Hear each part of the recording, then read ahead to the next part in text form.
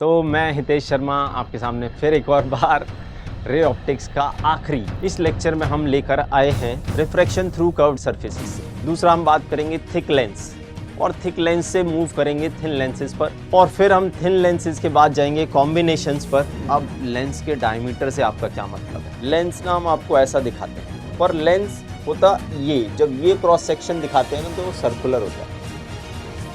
इसका डायमीटर की बात होगी। ऐसा भी हो सकता है कि मिरर पर अगर रेज ऐसे गिर जाए, मिरर के पोल को स्ट्राइक कर जाए कोई रे, तो इस रे का क्या होगा?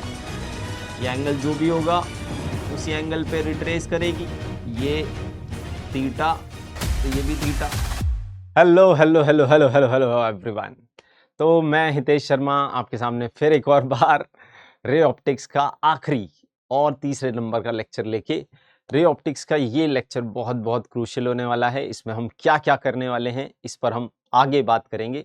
पर हाँ, सबसे पहले इस लेक्चर को आप ऐप में भी देख सकते हैं, जहां आपको ये सारे नोट्स पीडीएफ की फॉर्म में मिल जाएंगे और डिस्ट्रैक्शन फ्री आप इस लेक्चर को यूट्यूब की जगह ऐप में देखें तो बेहतर आउटकम आने के ज़्यादा चांसेस हैं।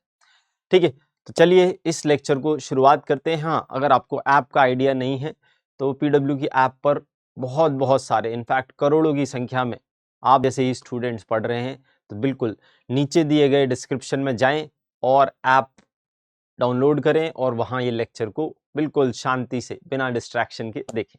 चलिए तो लेक्चर की शुरुआत करते हैं बिना और समय गवाएं। हाँ, तो इस लेक्चर में मैं आपके लिए क्या क्या लेकर आया हूँ इस बारे में बात करते हैं। इस लेक्चर में हम लेकर आए हैं one of the most finest topic of this chapter. क्या क्या है? हम सबसे शुरुआत करेंगे रिफ्रैक्शन थ्रू कर्व्ड सरफेसेस से। ठीक है, जो कर्व्ड सरफेसेस होती हैं, एक साइड मीडियम कुछ और, दूसरी साइड मीडियम कुछ और, तो उसमें रिफ्रैक्शन कैसे होगा, क्या लॉ है जो उसको गवर्न करता है। दूसरा हम बात करेंगे थिक लेंस, और थिक लेंस से मूव करेंगे थिन लेंसेज पर। थिन लेंस पर मैक्सिमम क्वेश्चंस नीट में अगर आप बोलें कि सबसे ज्यादा क्वेश्चन आज तक रे ऑप्टिक्स में से किससे आए हैं, तो आई कैन से इससे आए हैं। ठीक है, और फिर हम थिन लेंसेज के बाद जाएंगे कॉम्बिनेशंस पर। मोस्टली हम लेंस का कॉम्बिनेशन देखेंगे और लेंस प्लस मिरर्स भी देखेंगे। ठीक है, तो ये सारी चीजें इनफैक्ट लगभग लास्ट 30% ऑफ द चैप्टर हम आज की क्लास में कवर करने वाले हैं। ठीक है, इससे पहले 2 लेक्चर्स रे ऑप्टिक्स के जो आए हैं उनका भी आप थोड़ा बहुत माइन्यूट यूजेस देख सकते हैं। ठीक है, हाँ, अगर आपने वो लेक्चर्स नहीं भी देखे हैं तो भी ये लेक्चर आपको समझ में आएगा, दैट इज ओके। ठीक है, तो चलिए शुरुआत करते हैं किससे? रिफ्रैक्शन थ्रू कर्व्ड सरफेस से। खुद ही क्या है रिफ्रैक्शन थ्रू कर्व्ड सरफेस? एक कर्व्ड सरफेस होगी जैसे कि ये। ठीक है, हाँ, मैं एक साइड मीडियम μ1 मान रहा हूं, एक side medium μ2। Okay, this side is μ2। Principal axis, pole, pole भी बोलते हैं कुछ, सेंटर ऑफ द इंटरफेस भी बोलते हैं, 2 टर्म्स यूज होती हैं। यहां से रे जो है, ऑब्जेक्ट यहां होता है, ऑब्जेक्ट का मीडियम μ1 कहलाता है, रे जाती है और रे रिफ्रैक्ट होकर यहां कहीं पहुंच जाती है, इसको इमेज बोलते हैं। ओके, इसको ऑब्जेक्ट बोलते हैं। इस दूरी को यू बोलते हैं, दूरी को। ठीक है, हाँ, साइन के साथ दी जाती है वी, ऑब्जेक्ट। ओके, तो क्या टर्म्स हैं, क्या रूल है, क्या फॉलो हो रहा है यहां पर? एक रूल है जिसको हम लिखते हैं। पहले तो सारे टर्म्स के मतलब समझते हैं। μ1, μ1 क्या है? ठीक है, आपने कर्व्ड रिफ्रैक्शन कहाँ देखा होगा? अगर आप डे टू डे लाइफ से इसको जोड़ना चाहें तो कर्व्ड रिफ्रैक्शन आपने देखा होगा कभी, जब आप एक वो जो होता है ना पेपर वेट, गोल गोल सा, उसके अंदर कुछ बबल वगैरह फंसा हुआ है और आप उसको बाहर से देख रहे हैं, that is a curved refraction. या फिर आपके पास एक वैसा फिश पॉट है जो कि थोड़ा बड़ा सा है और गोल है, उसके अंदर एक्वेरियम, एक्वेरियम की सरफेसेस फ्लैट होती हैं। ठीक है, मैं बात कर रहा हूँ फिश पॉट की। तो फिश पॉट है और उसके अंदर कुछ फिश वगैरह हैं, तो फिश जो आपको देख रही होंगी, आप जो फिश को देख रहे होंगे, वो कर्व्ड रिफ्रैक्शन ही हो रहा होगा। ठीक है, कर्व्ड रिफ्रैक्शन के इफेक्ट्स भी बहुत ही अमेजिंग होते हैं, ठीक है। तो वापस μ1 is refractive index of incident medium, जहां से रे आ रही है उसका रिफ्रैक्टिव इंडेक्स, ठीक है दोस्तों। इस पूरे पार्ट में ये बात बहुत इंपॉर्टेंट है कि आप जो टर्म्स मैं एक्सप्लेन कर रहा हूं उनको एज इट इज रिमेन रखें, ठीक है, उनमें आप बदलाव ना करें। बहुत ही सही डेफिनेशंस हैं जो कभी भी पूरे चैप्टर में कहीं बदलेंगी नहीं। तो μ1 is refractive index of incident medium, कई बार इसको ऑब्जेक्ट मीडियम भी बोल देते हैं, but incident medium is a better term, ठीक है। हमेशा सही होने वाला जो शब्द है वो इंसिडेंट मीडियम है। μ2 refractive index of refracted medium, जहां रे टकराने के बाद गई, ओके, जहां रे टकराने के बाद गई वो refracted medium. u object distance from interface, distance from p, p is midpoint of the interface or center of interface, v is image distance from interface, or r radius of curvature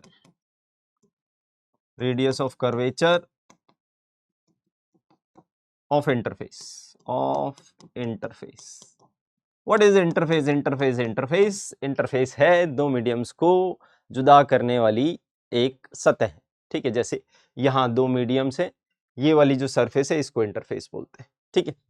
तो अब ये सारी चीजें जानने के बाद हमें formula क्या यूज करना है, या कहें जो कंसेप्ट है वो क्या यूज करना है। μ2 by we minus μ1 by you is equal to μ2 minus μ1 by R, ठीक है दोस्तों। इसके डेरिवेशन पे नहीं जा रहा हूं मैं, ठीक है। हाँ, क्योंकि हम लेंस मेकर फॉर्मूले का डेरिवेशन करेंगे, वो ज़्यादा इंपॉर्टेंट, एनसीईआरटी में भी दिया है, बोर्ड्स में भी यूज़ होता है, और उस डेरिवेशन से कुछ और फॉर्मूले या क्वेश्चंस बनाए जा सकते हैं, ठीक है। तो ये डेरिवेशन हम यहाँ स्किप कर रहे हैं। ये एक एक्सप्रेशन है जो कि सारे आगे आने वाले एक्सप्रेशंस को पैदा करने वाला है, ठीक है। तो मान सकते हैं ये सबकी मम्मी है, ठीक है, ओके। तो μ2 by we minus μ1 by u equal to μ2 minus μ1 by R, ये एक्सप्रेशन, इसमें ये सारी टर्म्स मैंने एक्सप्लेन कर दी हैं। अब इस एक्सप्रेशन का एप्लीकेशन देखते हैं, ठीक है। तो बिना कोई भी इधर उधर की फालतू की हम चीज़ों में उलझे, हम सीधे डायरेक्ट क्वेश्चंस पर पहुंचते हैं। किस टाइप के क्वेश्चंस इस टॉपिक से पूछे जा सकते हैं। अगर पेपर मुश्किल आया तो भी इस लेवल से परे नहीं जा पाएगा, चाहे वो नीट का एग्जाम हो चाहे कोई और, ठीक है। तो चलिए शुरू करते हैं पहले क्वेश्चन के साथ, जो कि है खाली पेज आ गया, हाँ जी, okay. So what is this question पढ़ते हैं। A beam of diameter d is incident on a glass hemisphere as shown if the radius of curvature of the hemisphere is very large in comparison to d, ठीक है। Radius of curvature बड़ा है d के comparison में, मतलब पतली सी narrow beam आ रही है, यहाँ पर आप देख सकते हैं, ठीक है। और अब आपको बोलते हैं then the diameter of the beam at the base of the hemisphere के बेस पर डायमीटर बीम का क्या होगा। तो बीम थोड़ी सी ऐसे करके कन्वर्ज करेगी, तो उसका डायमीटर क्या होगा ये बताना है हमें, ठीक है। तो क्यों ना हम डायग्राम अलग से बना लें, ठीक है, इट विल बी बेटर, ठीक है। तो ये रहा हमारा हेमिस्फीयर, ओके, हेमिस्फीयर का सेंटर सब दिखा दिया हमने, और ये रही हमारी वाइट लाइन को लंबा कर दो, ठीक है। वाह वाह वाह, क्या हेमिस्फीयर बनाया है। ये गायब कर दो, थोड़ा मोटा हो जाए,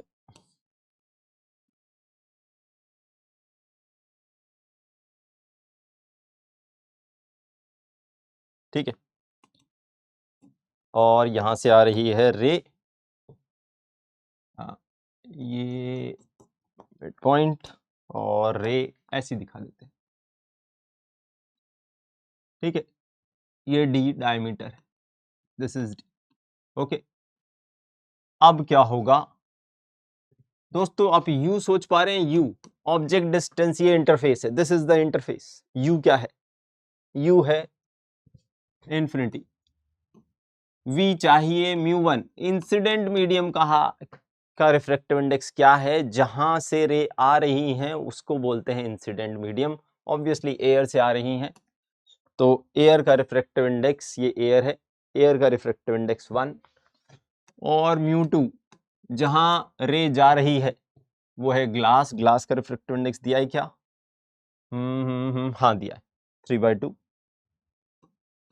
और रेडियस ऑफ कर्वेचर, रेडियस की वैल्यू ये पॉजिटिव डायरेक्शन कहलाएगी। सारी चीजें साइन कन्वेंशन, और साइन कन्वेंशन एग्जैक्टली वही, इंसिडेंट रे की दिशा पॉजिटिव मानी जाएगी, जिस दिशा में रे जा रही है वो पॉजिटिव मानी जाएगी। तो इस बात का ध्यान रखें। तो नीचे की दिशा पॉजिटिव है तो रेडियस की वैल्यू भी +r काउंट होगी, क्योंकि यहां से सेंटर नीचे की ओर है, पॉजिटिव दिशा की ओर है। ओके, तो ये सारी चीजें जानने के बाद अब v निकालना है हमें। तो μ2/v minus μ1/u equal to μ2 minus μ1/r। ये फॉर्मूला जैसे हमने यूज किया, μ2 कितना आया 3/2v माइनस μ1 आया 1/u is infinity, μ2 3/2 minus 1/r, ये आ गया 1/2r, और 3/2v is equal to 1/2r, और v comes out to be how much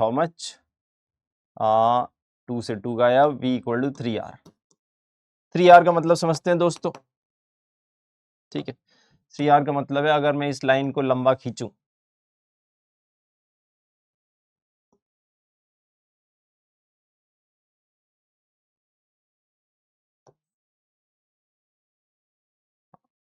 ठीक है,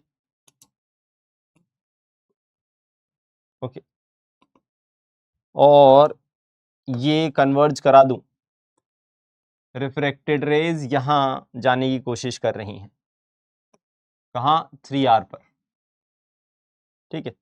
हाँ, डायग्राम बिल्कुल सिमेट्रिक नहीं है, उसको माफ कर दें, ठीक है। तो हमें चाहिए ये वैल्यू क्या है, diameter at base, D dash बोलते हैं उसको। ये क्या है, ये है डी, ओके। यहां पर रे पहुंचने की कोशिश कर रही हैं, और ये दूरी कितनी है, ये दूरी है 3r, और ये दूरी कितनी है बता सकते हैं क्या? बिल्कुल बिल्कुल बता सकते हैं, ये 2r है। कैसे पता? ये r है, तो 3r में से जब रेडियस माइनस करोगे तो 2r बचेगा। अब अगर देखें तो ये दोनों ट्राइंगल्स, कौन दोनों ट्राइंगल्स, इनके नाम दे दें क्या? हाँ, O A B C D, okay. Triangle O A B is similar to, similar का साइन ये होता है, is similar to triangle O C D. तो हम बोल सकते हैं उसकी साइड लेंथ कितनी, D divided by 3r is equal to D dash by 2r। तो डी डैश की वैल्यू आ गई हाउ मच, डी डैश की वैल्यू आ गई 2/3d। तो ये जो डायमीटर है ये 2/3 हो गया होगा ओरिजिनल डायमीटर की। क्या कोई ऑप्शन है जो मैच कर रहा है? बिल्कुल सही बात है, 2/3d मैच कर रहा है। तो इसी के साथ हमारा पहला क्वेश्चन अच्छा क्वेश्चन था, काफी अच्छी बातें सीखने को मिली। इंसिडेंट रे का मीडियम और रिफ्रैक्टेड रे का मीडियम, खास बात है इसमें। इमेज इसके भी बाहर बन रही है, तो μ2 को मैंने यहाँ का मीडियम का म्यू नहीं लिया है, ठीक है। μ2 को ये वाला मीडियम नहीं, ये तो हमें पता भी नहीं है क्या है। μ2 is the refractive index of refracted medium, ठीक है। जिस मीडियम में रे गई टकराने के बाद वो है μ2, ठीक है, उसका रिफ्रैक्टिव इंडेक्स, ओके। तो चलो दोस्तों एक और क्वेश्चन की तरफ मुड़ा जाए। हाँ, बहुत ही सुंदर क्वेश्चन है, ठीक है, अमेजिंग। तो क्या बोलता है ये क्वेश्चन? ये बोल रहा है कि एक एयर बबल है having sphere of radius, diameter 4 centimetre. इस स्फीयर की डायमीटर 4 सेंटीमीटर है, और एक एयर बबल उसके अंदर ट्रैप है जो कि अपीयर होता है 1 centimetre from the surface nearest to eye, ठीक है। यहां से आंख देख रही होगी, ऐसे करके मान लो, ठीक है। बड़ी सी आंख बना देनी चाहिए। ये लो जी, आपकी आंख है, बड़ी सी बना देते हैं, ठीक है, ओके। कुंभकर्ण की आंख, पलके भी बना दी मैंने, ठीक। तो ये बड़ी सी आंख है जो कि देख रही है उस ऑब्जेक्ट को, उस एयर बबल को। मान लो यहां कहीं एयर बबल, ये ऑब्जेक्ट को, इससे रे आई ऐसे करके, इधर से भी निकली और वो रिफ्रैक्ट हो गई। और अगर रिफ्रैक्ट देखें, सेंटर से नॉर्मल ड्रॉ कर दिया, सॉरी, ये सेंटर से नॉर्मल ड्रॉ कर दिया मैंने, ये सेंटर से नॉर्मल ड्रॉ कर दिया। पिंक इज दी नॉर्मल, ठीक है, पिंक इज दी नॉर्मल। रे रिफ्रैक्ट होने के बाद ग्रीन कलर या व्हाइट कलर से शो कर रहा हूं, obviously away from the normal refract होगी, अवे फ्रॉम द नॉर्मल। और जब इनको बैक ट्रेस करेंगे तो कहीं यहां कहीं जाएगी। तो ये जो बिंदु है, ये है इमेज लोकेशन, ये है इमेज लोकेशन, ये है रिफ्रैक्टेड रेज। व्हाइट कलर से जो मैं दिखा रहा हूं वो है रिफ्रैक्टेड रेज, और येलो कलर से जो दिखाई थी वो है incident rays. Incident rays are these, okay. This point is object, pink colour वाला point obviously centre of curvature है, ठीक है दोस्तों। आई होप ये सारी बातें आपको समझ में आ गई होगी। और अब आगे बढ़ते हैं। तो ये जो दूरी है जहां इमेज आपको दिख रही है वो 1 सेंटीमीटर है इंटरफेस से, 1 सेंटीमीटर, दिस इज 1 सेंटीमीटर, ठीक है। तो बस आपको अब क्या क्या दिया है, क्या आपको v पता है? पहले पॉजिटिव डायरेक्शन क्या है, this is positive direction, incident ray की दिशा पॉजिटिव है, इसके उल्टा नेगेटिव है। तो μ1 किस मीडियम से रे उत्पन्न हुई, ऑब्वियसली ग्लास के अंदर से, ऑब्जेक्ट से। तो ग्लास के अंदर 3/2, 1.5 इज 3/2। μ2 किस मीडियम में रे गई, ऑब्वियसली एयर में, 1। u, ये दूरी हमें पता करनी है, ऑब्जेक्ट कितना दूर है। मान लो ऑब्जेक्ट x दूर है, ये दूरी x है, तो u is -x। Y minus, obviously incident ray के उल्टा जाना पड़ रहा है, ऑब्जेक्ट की तरफ अगर हमें जाना पड़ रहा है, ये ओरिजिन होता है पोल, उससे हम जा रहे हैं इंसिडेंट रे के उल्टी दिशा में, तो obviously minus. u v -1 centimetre दे रखा है, r is -2 centimetre. Y minus, फिर से वही, पोल से सेंटर की तरफ जाएंगे तो रेडियस बनेगा और सेंटर नेगेटिव साइड पर लाई कर रहा है। ये सारी वैल्यूज डालते ही क्वेश्चन खत्म। μ2/v minus μ1/u equal to μ2 minus μ1/r। तो वैल्यूज जरा देखें, μ2 is 1, 1/-1 minus μ3/2/-x equal to μ2 is 1 minus 3/2 by radius is -2। Solve किया, -1 plus 3/2x equal to how much, -half minus 1/4, यहाँ से आया 3/2x is equal to 1, और ये +1/4 हो जाएगा क्योंकि ऊपर भी माइनस है नीचे भी माइनस है, ठीक है। इसको आप आराम से ऐसे लिख सकते हैं, -half/-2। तो 1/4 plus 1, so 3/2x comes out to be 5/4 and x comes out to be 4 into 3 by 2 into 5, 2 into 5 10 होता है, 12/10 is 1.2 centimetre, 1.2 centimetre. Option A is the right one, okay, option A is the right one. Amazing question, काफी सारे concept समझाता हुआ। इस बार भी खास बात यही है कि इमेज ग्लास के अंदर ही बन गई है, मगर μ2 म्यू ग्लास नहीं है, म्यू2 वो होता है जहां रे जाती है। ये इंपॉर्टेंट बात है जो सीखने के लिए, समझने के लिए बहुत काम की है। इसीलिए मैंने डेफिनेशन ही बदल दी थी म्यू2 की। म्यू2 को कई बुक्स में लिखा होता है इमेज का रिफ्रैक्टिव इंडेक्स, इमेज वाले मीडियम का रिफ्रैक्टिव इंडेक्स, ऐसा ना बोले, ठीक है, ऐसा ना बोले। तो चलिए दोस्तों, हम नेक्स्ट क्वेश्चन की तरफ मूव करेंगे अब। तो चलिए चलते हैं नेक्स्ट क्वेश्चन की ओर, और हमारे पिटारे में क्या निकला। आहा, अच्छा क्वेश्चन है, ठीक है, ध्यान से देखें क्या क्वेश्चन है। ये मल्टीपल रिफ्रैक्शन का क्वेश्चन है, ठीक है। इस क्वेश्चन में आप ये समझेंगे कि फर्स्ट रिफ्रैक्शन से जो ऑब्जेक्ट इमेज बनाता है, मतलब फर्स्ट रिफ्रैक्शन से बनने वाली इमेज सेकेंड रिफ्रैक्शन के लिए एक ऑब्जेक्ट की तरह काम करती है और फिर एक फाइनल इमेज बनती है। हाँ, थर्ड रिफ्रैक्शन भी हो सकती थी, ठीक है। तो सेकेंड से बनने वाली इमेज थर्ड के लिए ऑब्जेक्ट की तरह काम करेगी एंड सो ऑन, ठीक है। तो पहली रिफ्रैक्शन से बनने वाली इमेज दूसरी रिफ्रैक्शन के लिए ऑब्जेक्ट की तरह काम करेगी, ठीक है, ओके।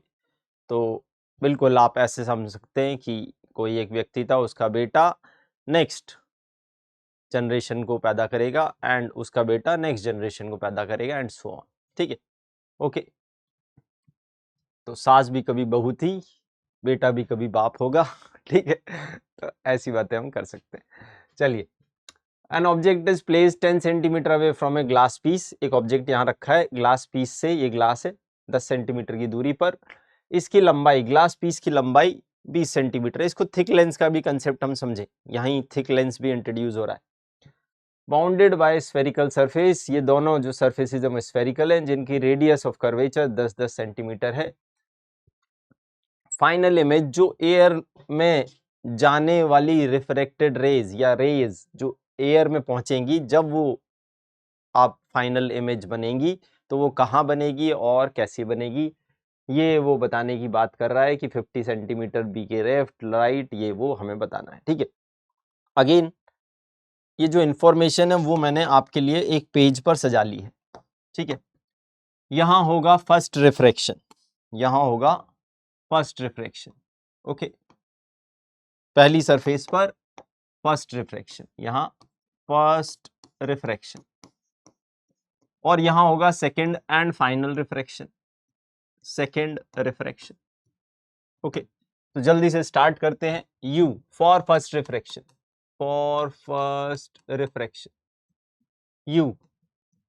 U है जी, ये पॉजिटिव डायरेक्शन है, this is positive direction. Y incident ray object से निकल के इस दिशा में जा रही है, तो U है -10। μ1 कहाँ से रे आ रही है, एयर से आ रही है, कहाँ जा रही है, ग्लास में, जिसका 1.5 है refractive index. Radius of curvature कैसा है, रेडियस ऑफ कर्वेचर सेंटर इधर है, तो सेंटर पर पहुंचे अगर पोल से तो पॉजिटिव दिशा में जाना पड़ रहा है, तो +10 लेंगे। इन सारी वैल्यूज का यूज करते हुए मैंने ये फॉर्मूला लगाया, μ2/v minus μ1/u equal to μ2 minus μ1/r। एक ही फॉर्मूला है जो हम बार बार यूज करे जा रहे हैं, ठीक है। तो जल्दी से देखते हैं, μ2/v, μ2 1.5/v हमें चाहिए, μ1 is 1/u minus 10 equal to μ2 minus μ1, 1.5 minus 1 half by radius 10। Solve किया, 1.5/v plus 1/10 is equal to 1/20। इसको इधर ले जाके -1/10 लिख दिया, और v की वैल्यू आई, v comes out to be, चलो पूरी कैलकुलेशंस कर देते हैं। 1.5/v is equal to, LCM लिया, 20 आया, 1 माइनस 2 माइनस 1/20, और v comes out to be how much -30, ठीक है। -30 समझे किधर, v comes out to be -30। क्या हो रहा है, आप ऐसे रे लेके जा रहे हैं और कर्व्ड सरफेस से थोड़ी तो बेंड हुई, मगर जब इनको बैक ट्रैक किया तो ये पूरी कन्वर्ज नहीं हो पाई, और यहाँ पीछे जाकर कहाँ, कितनी दूर, यहां से इंटरफेस से 30 सेंटीमीटर की दूरी पर, यहां से 30 सेंटीमीटर की दूरी पर इमेज बनाई उन्होंने। ओके, हाँ इमेज हमारी कैलकुलेशंस में पहुंच गई, कोई दिक्कत नहीं। ठीक है, तो this is the image after first refraction. ठीक, चलते हैं for second refraction. For second refraction, for second refraction, ये जो इमेज बनी, image from first will act as object, इसलिए u की वैल्यू यहां से लेकर यहां तक, क्योंकि सेकेंड रिफ्रैक्शन यहां होनी है, तो ये 20 और ये 30, u की वैल्यू हो गई -50। μ1 जो इंटरफेस है उस पर जब रे इंसिडेंट हो रही होगी, तो इंसिडेंट रे कौन से मीडियम से आ रही होंगी, 1.5 वाले से। दोस्तों फिर से तीसरी बार इस पॉइंट पर मैं जोर डाल रहा हूं कि यहाँ ऑब्जेक्ट जरूर है सेकेंड रिफ्रैक्शन के लिए, मगर रेज यहाँ इंसिडेंट होंगी। ठीक है, तो μ1 इज 1.5, μ2 रे कहाँ जाएंगी, एयर में, और रेडियस नेगेटिव दिशा में है -10, और यहाँ से v की वैल्यू निकालते हैं। ज़रा देखें, फॉर्मूले का यूज़ करते हुए वापस से यही फॉर्मूला, इस बार मैं डायरेक्ट वैल्यूज डाल रहा हूँ। μ2 की जगह हम डालेंगे 1, v हमें चाहिए -μ1 की जगह में डालूंगा 1.5, और u कितना है -50, μ2 -μ1 बाय रेडियस इज -10, ये -12 बाय -10 इज 1/20, तो 1/v इज इक्वल टू 1/20, ये प्लस हो गया, 3/2 अगर इसको लिखें तो इधर साइन जब आएगा तो माइनस हो जाएगा, 3/2 into 50, which is how much, 1/20 minus 3/100, LCM 100 ही ले लेते हैं, 5 - 3, और 1/v comes out to be 2/100, how much v comes out to be 50 plus 50, मतलब इधर जाकर 50 सेंटीमीटर की दूरी पर इमेज बनेगी। और चेक करते हैं क्या हमारा आंसर आया। Yes, 50 centimetre right of B is the correct answer. ठीक है, 50 centimetre from right of B. हाँ, थोड़ा सा बड़ा क्वेश्चन था। ठीक है, इसका सोल्यूशन पूरा डिटेल में आप देखें, समझे। 2 रिफ्रैक्शंस थी। हाँ, इतना बड़ा क्वेश्चन नहीं आता, मगर कैलकुलेशंस में थोड़ी और आसान डेटा वगैरह चेंज करके किया जा सकता है, और तब 2 रिफ्रैक्शन का क्वेश्चन बनाया जा सकता है। ठीक है, तो अच्छा क्वेश्चन है, भारी क्वेश्चन है। मल्टीपल रिफ्रैक्शंस, थिक लेंस, ये सारे कंसेप्ट एक ही क्वेश्चन में समा गए हैं, तो बचाओ क्वेश्चन। ठीक है, तो जरूर करें। ठीक है, तो चलिए नेक्स्ट क्वेश्चन की ओर बढ़ते हुए। ओके दोस्तों, अब आगे बढ़ते हैं। क्या, ओहो हो, कमजोर दिल वाले इस क्वेश्चन को ना देखें, अपने आंख, नाक, कान, हाँ नाक भी, ठीक है, बंद कर लें, क्योंकि हो सकता है इस क्वेश्चन की सुगंध भी आपको परेशान करे। ठीक है, हाँ, तो फिल्मी बातें कम, ये क्वेश्चन थोड़ा मुश्किल। ठीक है, और इसमें मतलब एक बहुत ही छुपा हुआ कंसेप्ट हम यूज करेंगे। ठीक है, तो बहुत ही शानदार क्वेश्चन है, बट हाँ इट्स अ डिफिकल्ट क्वेश्चन। तो नीट का पेपर अगर पिछले साल जैसा ही कुछ बनाने की कोशिश की, ठीक है, 2025 जैसे ही बनाने की कोशिश की, तब इस कंसेप्ट का यूज वो करना चाहेंगे, अदरवाइज तो नहीं होगा। बट हाँ, हम उसी सिचुएशन की तैयारी कर रहे हैं कि अगर कुछ भी हो जाए, आपका कोई कंसेप्ट ढीला ना रहे, कोई भी चीज मिस ना हो। ठीक है, वी कवर एवरीथिंग पॉसिबल जो पूछी जा सकती है नीट में। ठीक है, तो चलिए क्वेश्चन की शुरुआत करते हैं। एक पैरेलल बीम आई, ठीक है, छोटी सी बीम है जिसकी रेडियस है 0.5 centimetre, radius of beam is 0.5 centimetre, पतली सी पैरेलल बीम है, इंसिडेंट करती है एक ग्लास स्फीयर को जिसकी रेडियस है 20 सेंटीमीटर। ग्लास स्फीयर की रेडियस 20 सेंटीमीटर है और ग्लास स्फीयर का रिफ्रैक्टिव इंडेक्स भी दे रखा है कहाँ पर, हाँ 2 है refractive index of the glass sphere. और फिर उसके पीछे यहाँ पर एक स्क्रीन है जो कि सेंटर ऑफ द स्क्रीन से लगभग 100 सेंटीमीटर दूर है। सेंटर ऑफ द स्क्रीन से ये जो L है ये 100 सेंटीमीटर है। अब आपको बताना है कि जब ये बीम दीवार को हिट करेगी तो किस रेडियस का स्पॉट बनाएगी। ठीक है, ये बीम वैसे तो ये कितनी रेडियस का स्पॉट बनाती है, अगर स्फीयर नहीं होता 0.5 सेंटीमीटर का। स्फीयर की वजह से ये कितनी रेडियस का स्पॉट बनाएगी ऑन दी वॉल। ठीक है, तो इस टाइप के यूज आप कई जगह देख सकते हैं। आपकी मेडिकल साइंस में भी होता है, इंजीनियरिंग में तो होता ही होता है। ठीक है, तो चलिए इस क्वेश्चन को हम आगे लेकर चलते हैं। तो फॉर फर्स्ट रिफ्रैक्शन जो कि इस सरफेस पर होगा, यहां पर होगा first refraction. For first refraction क्या क्या डिटेल्स हमारे पास है। μ1 एयर से आ रही है रे, कहाँ जा रही है, μ2 रिफ्रैक्टिव इंडेक्स ग्लास में। इंसिडेंट रे ऑब्जेक्ट कहाँ है, इन्फिनिटी पर, क्योंकि पैरेलल रेज हैं। और रेडियस की वैल्यू +20 लिखी जाएगी। तो अगर आप v निकालें इस फॉर्मूले का वापस से यूज करते हुए, दोस्तों अगर आपने ध्यान दिया हो तो मैंने कोई और नया फॉर्मूला यूज ही नहीं किया। μ2 by we minus μ1 by u equal to μ2 minus μ1 by R. पूरी कहानी इसी से गवर्न हो रही है। ठीक है, इनफैक्ट लेंस में भी हम बहुत ही सरल क्वेश्चंस तो नहीं, कंसेप्ट बहुत सरल होता है, उसकी सिचुएशंस हम कॉम्प्लेक्स जानेंगे जिससे कि आप कहीं फंसे ना। तो μ2 बाई वी, μ2 बाई वी हमें चाहिए, μ1 1 by infinity is equal to 2 minus 1 by radius is 20, so 1 by 20 is this, so v comes out to be 2 into 20 which is 40 centimetre. ठीक है, v comes out to be 40 centimetre. और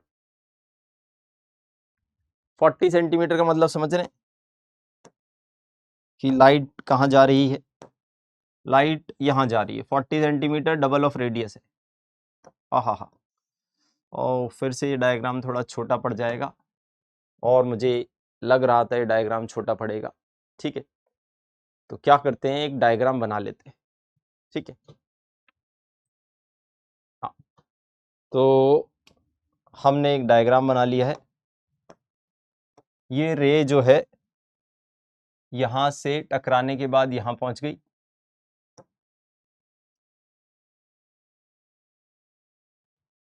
okay, तो for second refraction हम यहां से चालू करते हैं।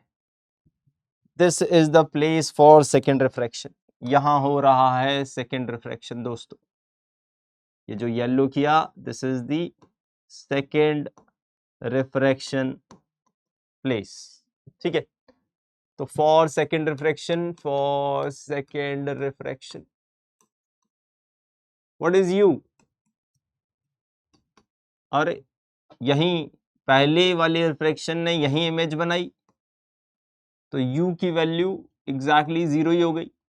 और दोस्तों ध्यान रखें, जैसे ही ये स्पेशल केस आए u 0, v भी 0 हो जाता है, चाहे वो मिरर हो, चाहे वो लेंस हो, चाहे वो कर्व्ड रिफ्रैक्शन हो, चाहे वो नॉर्मल रिफ्रैक्शन हो। ठीक है, अगर आप इंटरफेस या मिरर से बिल्कुल चिपका के ऑब्जेक्ट रख देते हैं तो इमेज भी बिल्कुल चिपका के ही बनती है। ठीक है, u0 v0 is a very crucial important case. ये फॉर्मूलों से आप निकालना बड़ा मुश्किल हो जाएगा, क्योंकि 1/0 इन्फिनिटी नॉट डिफाइंड टर्म्स आ जाती हैं जो मैथमेटिक्स में तो हमें और परेशान कर देंगी। ठीक है, तो ये याद रखा जाए, u0 तो v0 होता है। ठीक है, हाँ मैथमेटिक्स भी इसको जस्टिफाई कर रही है, ऐसा नहीं है। ठीक है, u0 तो v भी 0, इमेज भी यहीं बन गई, मतलब रे निकलेगी यहीं से, रे यहीं से निकलेगी। बस अंतर क्या पड़ेगा, अंतर क्या पड़ेगा, इसको पिंक कलर से दिखा देते हैं निकलने वाली रे को। ठीक है, निकलने वाली रे को मैंने थोड़ा ज्यादा बेंड क्यों कर दिया, अगर आपने ध्यान दिया हो तो, ठीक है, मैंने थोड़ा ज्यादा बेंड क्यों कर दिया, एनी आइडिया? हाँ जी, बिल्कुल सही बात बोल रहे हैं, ये एंगल ऑफ इंसिडेंस है, ये एंगल ऑफ रिफ्रैक्शन है। डेंसर से रेयरर जाती हुई रे obviously away from the normal bend होती है, और ये जो ग्रीन लाइन है ये नॉर्मल है, दिस इज नॉर्मल। अब मैंने उसको येलो कर दिया है, दिस इज नॉर्मल। ओके, तो अगर मैं बोलूं sine I into mu of glass should be equal to sine R into mu of air, isn't it? हाँ, बहुत छोटे एंगल होने की वजह से आई ही ले लिया मैंने म्यू ऑफ ग्लास, इसको साइन आर मतलब आई ले लो या 10 ले लो, 10 ले लेते हैं, इस 10 आई, क्योंकि हमारी कैलकुलेशन में 10 का यूज हो जाएगा। छोटे एंगल में साइन आर 10 आर सब बराबर होते हैं, इंटू 1, तो 10 I into 2 is equal to 10 R into 1। 10 I अगर देखें तो ये है रेडियस ऑफ बीम, और इसको अगर आप देखें तो यह है रेडियस ऑफ स्पॉट, ठीक है। 10 आई को आप लिख सकते हो, ये दूरी कितनी है, दिस डिस्टेंस इज रफली 2 times radius of sphere. Okay, 2 times radius of sphere को मैं लिखूंगा radius of beam by 2 times radius of sphere into 2 is equal to ये दूरी कितनी है, ये दूरी है length minus radius of sphere, ठीक है। वैल्यू अगर मैं डाल दूं तो 100 माइनस 20, 80 सेंटीमीटर की दूरी है, और ये दूरी लगभग 40 सेंटीमीटर की है, ठीक है। तो बस वैल्यूज डालनी है दोस्तों। 10 आर को लिख रहे हैं हम रेडियस ऑफ स्पॉट बाय कितनी 80, ये 2 से 2 गायब, यहाँ वैल्यूज डाल रहे हैं। बीम की रेडियस थी 0.5 सेंटीमीटर, स्फीयर की रेडियस थी 20 सेंटीमीटर या 80 सेंटीमीटर, इसको उधर मल्टीप्लाई किया तो रेडियस स्पॉट आ गई लगभग 2 सेंटीमीटर। ज़्यादा कैलकुलेशंस नहीं है, मगर कहाँ से कहाँ हम पहुँच गए, ठीक है। पहले तो एक इम्पॉर्टेंट बात, U0 V0 इज ए खुफिया थिंग, ठीक है। मैथमेटिक्स में फंस जाओगे, not defined minus not defined कुछ मिलेगा नहीं, ठीक है।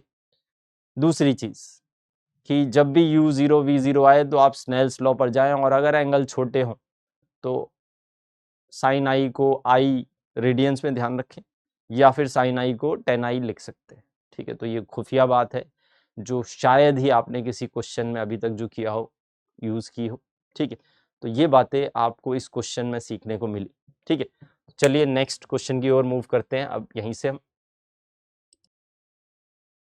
बड़ा ही भयंकर लेक्चर चल रहा है और टेम्परेचर बढ़ गया है रूम का इसीलिए मैंने जैकेट भी बदल दी है, ठीक है। तो आते हैं नेक्स्ट क्वेश्चन पर। क्या क्वेश्चन है, ठीक है, इस टॉपिक का ये आखिरी क्वेश्चन है, और फिर हम लेंस की तरफ मूव करेंगे। अब पैराएक्सियल बीम, पैराएक्सियल मतलब बहुत ही पास पास कम एंगल बनाती हुई छोटी बीम मान सकते हैं। एंगल्स छोटे होंगे तो वही साइन आई साइन आर को हम आई आर या 10 आर 10 आई बोल सकते हैं। तो पैराएक्सियल बीम है, एक ग्लास पर इंसिडेंट करती है जिसका रिफ्रैक्टिव इंडेक्स 1.5 है, हेमिस्फीयर है जिसकी रेडियस 6 सेंटीमीटर है, एयर से ग्लास की तरफ जा रही है। Distance of point of convergence from the plane surface of the hemisphere, ये हेमिस्फीयर की प्लेन सरफेस है, मतलब ये सेंटर होगा, और कहाँ दूर होगी, बेसिकली वो focal length of the hemisphere भी बोल सकता था। Okay, focal length of the hemisphere भी बोल सकता था। ये भी मल्टीपल रिफ्रैक्शन का क्वेश्चन है। तो फॉर फर्स्ट रिफ्रैक्शन दोस्तों, पहली रिफ्रैक्शन इस सरफेस पर हो रही है जो अभी मैंने हाईलाइट की ग्रीन कलर से, U, इनफैक्ट μ1 कहाँ से आ रही है रे, एयर से, कहाँ जा रही है, ग्लास में। U क्या था, कितनी दूर से आ रही थी, इन्फिनिटी से। रेडियस क्या लें, पॉजिटिव दिशा, ये पॉजिटिव दिशा कहलाएगी, हाँ जी। तो यू क्या लें, सॉरी रेडियस क्या लें, प्लस आर, प्लस 6 सेंटीमीटर। इन सारी वैल्यूज का यूज करते हुए इस बार मैं direct mu two 1.5 by we minus mu one by you is infinity equal to mu two minus mu 1.5 minus 1 by radius is 6 centimetre which is 1/12। और यहाँ से हम अगर लिखें ये 1.5 वी के बराबर है और वी की वैल्यू आ गई 18 प्लस 18 सेंटीमीटर, प्लस 18 सेंटीमीटर का मतलब समझते हैं। इसकी रेडियस 6 है तो कोशिश हुई 18 सेंटीमीटर दूर जाकर, रे डायग्राम में लास्ट में बनाऊंगा जिससे कि समझ में आए, ठीक है। 18 सेंटीमीटर दूर जाकर रे कन्वर्ज हो, ठीक है। तो यहां से 18, यहां से 18, तो दूसरी सरफेस से ऑब्वियसली रेडियस माइनस करनी पड़ेगी, सोच के देखें दोस्तों। चलो पार्शियल रे डायग्राम बना ही देते हैं। यहां से रे ऐसे जई 18 पर जा रही थी, ठीक है। इन रेज को थोड़ा ऊंचा उठा देते हैं, ठीक है।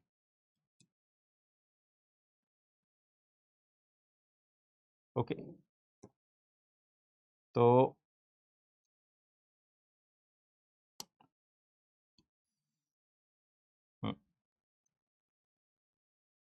इंसिडेंट रेज थोड़ी सी और बना देते हैं,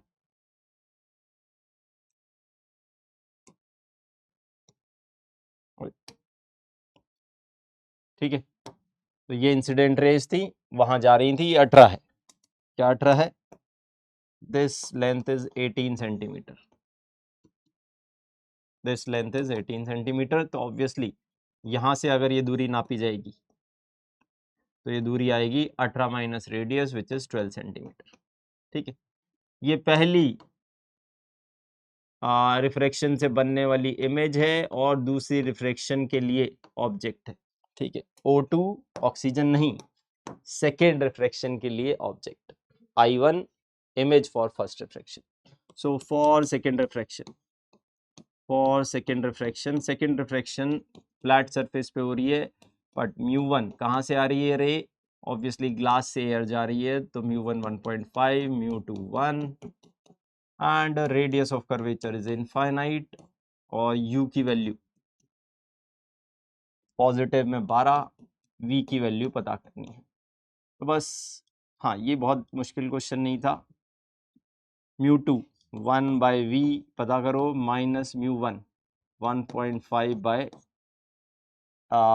यू कितना है, प्लस 12, तो v की वैल्यू आई, इसको डिवाइड कर सकते हो आप, 12 divided by 3/2 comes out to be 8 plus 8 centimetre. तो ये जो दूरी है ये है 8 सेंटीमीटर, जहां पर फाइनली रेज कन्वर्ज हुई, ठीक है, जहां पर फाइनली रेज कन्वर्ज हुई, ठीक है।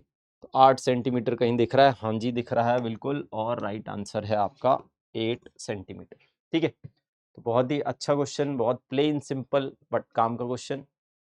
चलिए अब चलते हैं अपने दूसरे इंपॉर्टेंट टॉपिक की तरफ जो कि है लेंस, ठीक है। लेंस मेकर्स फॉर्मूला हम डेराइव करेंगे क्योंकि इस डेरिवेशन में कई सारे इंपॉर्टेंट पॉइंट्स छुपे हुए हैं, ठीक है। और लेंस मेकर फॉर्मूला या लेंस फॉर्मूले का full detailed analysis and awesome questions are waiting for you, ठीक है। तो लेक्चर पूरा पूरा देखें, ठीक है। चल आगे बढ़ते हैं।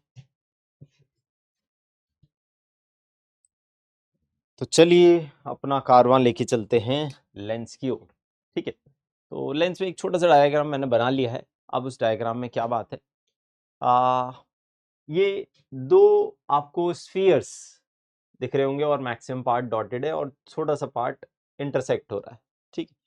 तो एक्चुअल में एक जो लेंस है, ठीक है, थिन लेंस की बात कर रहे हैं और लेंस में भी लिख सकते हैं thin lens, we are talking about thin lens.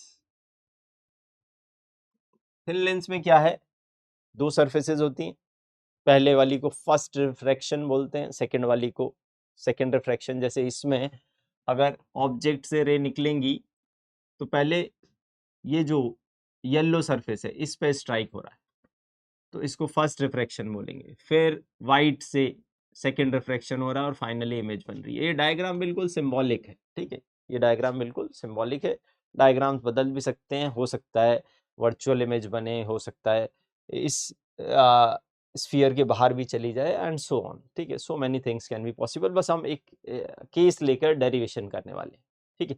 अब थिन और थिक लेंस में अंतर क्या है? थिक लेंस में अगर आपने ध्यान दिया हो तो अगर यहाँ से ऑब्जेक्ट इमेज बनती है, ठीक है, जैसे मैं एक एग्जांपल वापस से ले लेता हूँ, ठीक है, इसमें हाँ, ये पहले ऑब्जेक्ट से आने वाला क्या था, यू वी था 18 सेंटीमीटर, और दूसरे रिफ्लेक्शन के लिए जो यू था वो 12 यूज हुआ है।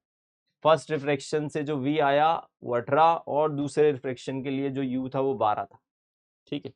ये गैप था इन दोनों के बीच में, मगर अगर ये गैप जीरो कर दे तो पहली रिफ्रैक्शन से आने वाला v सेकंड रिफ्रैक्शन के लिए u बन जाता है, एज इट इज u, कोई प्लस माइनस नहीं करना पड़ता।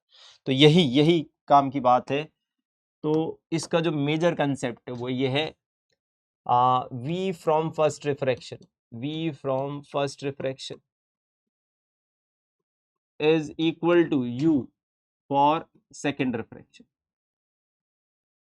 Okay, is u for second refraction, okay. बस इतनी सी बात है, बाकी प्लेन सिंपल बातें हैं, ठीक है। मान लो ये मीडियम 1, ये जो लेंस है इसका कुछ मीडियम 2, और ये जा रहा है मीडियम 3 इसमें, ठीक है। जनरली 1 और 3 बराबर होते हैं, 1 और 3 बराबर होते हैं, ध्यान से। एयर से ग्लास का लेंस, और फिर वापस से एयर में रे चली जाती है। तो जनरली ऐसा ही होता है, 1 और 3 बराबर होते हैं। 1 और 3 अगर बराबर होते हैं तो हम उसको सराउंडिंग बोल देते हैं, ठीक है। तो हम पहले इजी केस से ही चालू करेंगे, ठीक है। Generally μ1 is equal to μ3 is also called mu of surrounding, okay, μs, ठीक, and mu2 is called mu of lens, okay, mu of lens, ठीक, इसकी बात कर रहे हैं। तो चलिए दोस्तों इसका डेरिवेशन शुरू करते हैं। हाँ, डेरिवेशन इसीलिए काम का है क्योंकि कई बार इस साइड मीडियम कुछ और, इस साइड मीडियम कुछ और भारी क्वेश्चंस में दिया जा सकता है, और तब आपका लेंस मेकर फॉर्मूला अगर आपने सिर्फ रटा हुआ है तो टाइम बोल जाएगी, ठीक है। तो रटने से काम चल नहीं पाएगा तब, तो इसलिए समझ लो। तो फॉर फर्स्ट रिफ्रैक्शन क्या मिला, μ2 कहाँ जा रही है, μ2 बाय v इंटरमीडिएट, ठीक है, v इंटरमीडिएट, क्योंकि ये फाइनल इमेज नहीं है। पहली रिफ्रैक्शन से जो इमेज बनेगी वो फाइनल थोड़ी होगी, वो तो इंटरमीडिएट इमेज होगी, minus μ1 by u equal to μ2 minus μ1 by r इसको लिख दो, भाई ये क्या हुआ, चीटिंग हो गई, इसको लिख दो r1, पहली वाली येलो सरफेस की रेडियस को मैं r1 बोल रहा हूँ, इस रेडियस को r1 और इस रेडियस को r2 बोल दो, ठीक है। सेकेंड इंटरफेस की रेडियस r2, ये r1। तो यहाँ से निकला क्या, वी इंटरमीडिएट निकाल लिया। और अब आप फॉर सेकेंड रिफ्रैक्शन ऑब्वियसली जो u है वो वी इंटरमीडिएट हो गया है। ये सबसे इंपॉर्टेंट बात है थिन लेंसेज में, ऊपर लिखी भी है, यहाँ बता भी रहा हूँ। तो आप लिखेंगे μ2 किस मीडियम में जा रहा है, μ3 में जा रहा है। फाइनल इमेज ये v माइनस कहाँ से आ रहा है, ग्लास से आ रहा है, μ2 बाई u क्या होगा, v intermediate is equal to μ2 किस मीडियम में जा रहा है, 3 में, कहाँ से आ रहा है, 2 से, बाय r2, ठीक है।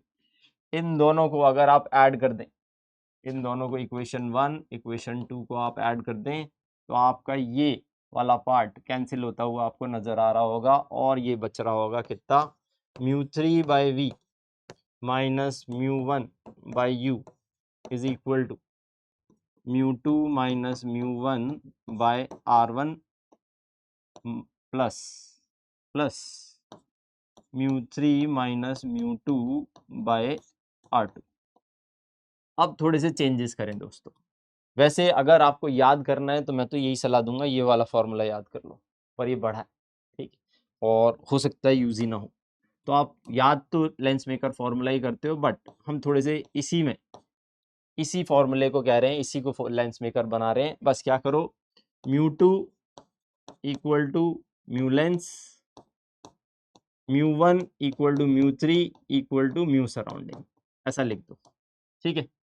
जैसे ये आपने लिखा, ये क्या बना, mu surrounding by V minus ये क्या बना, म्यू सराउंडिंग बाय यू, ये क्या बना, μ2 is lens minus surrounding, mu lens minus mu surrounding by R1, ये क्या बना, μ3 is mu surrounding, μ2 is mu lens. क्या मैं यहाँ माइनस लगा के, चलो पहले तो ऐसे ही लिख दो, plus mu surrounding minus mu lens by R2।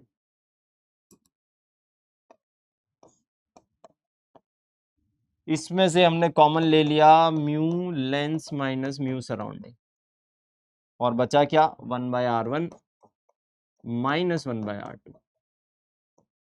और दोस्तों यहाँ से म्यू सराउंडिंग कॉमन लेकर मैंने डिवाइड किया तो मुझे मिल रहा है 1/V minus 1/U equal to, बस डिवाइड कर रहा हूँ मैं यहाँ का, mu lens minus mu surrounding by mu surrounding 1/R1 minus 1/R2। और फाइनल फॉर्म जो आपको याद रखनी है वो मैं ऊपर लिख देता हूँ, 1/V minus 1/U equal to mu lens by mu surrounding minus 1/R1 minus 1/R2। ठीक है दोस्तों, इसको ऐसे याद रखा जाए तो काफ़ी फायदे की चीज़ है। This is called lens makers formula, yellow box is called lens makers formula. और अगर इसी को मैं इधर, सॉरी,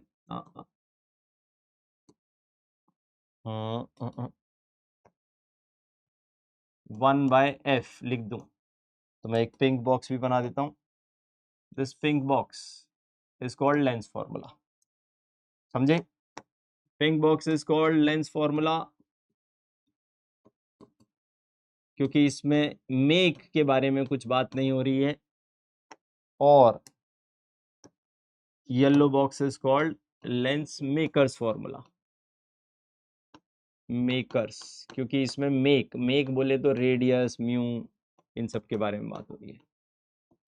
ओके, ठीक है दोस्तों, तो ये सारी चीज़ें आपको यूज़ करनी है यहाँ पर, and be very careful with it, ठीक है। और ये आप देखें, ये फॉर्मूला काफ़ी इंपॉर्टेंट है, काफ़ी इंपॉर्टेंट डेरिवेशन भी है, ठीक है। यहाँ से डेरिवेशन की रूपरेखा बदली जा सकती है क्वेश्चंस में। अगर आपको सिर्फ यही रटा हुआ है तो आप इस टाइप के क्वेश्चन छू भी नहीं पाएंगे और फंस जाएंगे, ठीक है। तो चलिए अब आते हैं क्वेश्चंस पर। लेंस के हम बहुत बहुत बढ़िया मजेदार क्वेश्चंस करने वाले हैं। तो देखते हैं लेंस मेकर फॉर्मूले पे और हमारे पास क्या क्या क्वेश्चंस हैं, ठीक है। तो पहला क्वेश्चन, वाह अमेजिंग, लेंस मेकर फॉर्मूला ही अगर आप याद करते हैं तो ये क्वेश्चन आपसे नहीं होगा, आप छोड़ के भाग जाएं, ठीक है। तो क्या समझें इस क्वेश्चन से, the diagram shows a कॉनकेवो convex lens. कॉनकेवो convex क्यों बोल रहे हैं, क्योंकि पहली सरफेस जिस पर वो रे स्ट्राइक करेगी वो कॉनकेव टाइप की है, और जिससे निकल के जाएगी, ये वाली सरफेस जिससे निकल के जाएगी वो कॉन्वेक्स टाइप की है। तो पहली सरफेस का नाम जनरली पहले लिखते हैं तो कॉनकेवो कॉन्वेक्स ऐसे बोला जाता है, ठीक है। और what is the condition for refractive index so that the lens is a diverging lens. अब डाइवर्जिंग मतलब क्या होता है, डाइवर्जिंग लेंस मतलब it diverge the parallel raise, diverge the parallel incident raise, और मैथमेटिक्स से बात करें तो V विल बी, आगे इमेज नहीं बनेगी, जब डाइवर्ज कर देगा तो ये रेज डाइवर्ज कर रहा है, ध्यान से देखें, हम ये चाहते हैं ऐसी पैरेलल रेज आए और ये इनको डाइवर्ज करते हैं, तो डाइवर्ज करेगा तो इमेज पीछे ही बनेगी कहीं, तो हम क्या चाहते हैं, V must be negative, V must be negative चाहिए for U equal to infinity. Okay, U infinite करने पर V जो है वो नेगेटिव चाहिए, बस ये मैथमेटिकल कंडीशन है। और इस बार ध्यान से, ये तीनों मीडियम अलग अलग है, μ1 μ2 μ3, ठीक है, जो मैं बात कर रहा था एग्जैक्टली वही बात आपके सामने आ गई, ठीक है। तो μ1 μ2 μ3, तो ये जो एक्सप्रेशन हमने डेराइव किया था और जो इंटरमीडिएट बात थी, इसी का यूज करना है। इस बार सराउंडिंग सेम नहीं है तो आप लेंस मेकर फॉर्मूला यूज नहीं कर सकते, फंस जाएंगे, तो इसी का हम यूज कर रहे हैं, μ3 माइनस V, ठीक है, ये फॉर्मूला मैं एज इट इज कॉपी करके यहाँ लिख रहा हूँ, μ3 by V minus μ1 by U की जगह इन्फिनिटी लिख दें, okay, equal to μ2 minus μ1 by R infinity, μ2 minus μ1 by R। पहले वाली जो रेडियस ऑफ कर्वेचर है उसका साइन है नेगेटिव -2R। ध्यान से माइनस क्यों, क्योंकि ये सरफेस ऐसी है, सेंटर इधर है, इंसिडेंट रेज इधर जा रही है, ठीक है।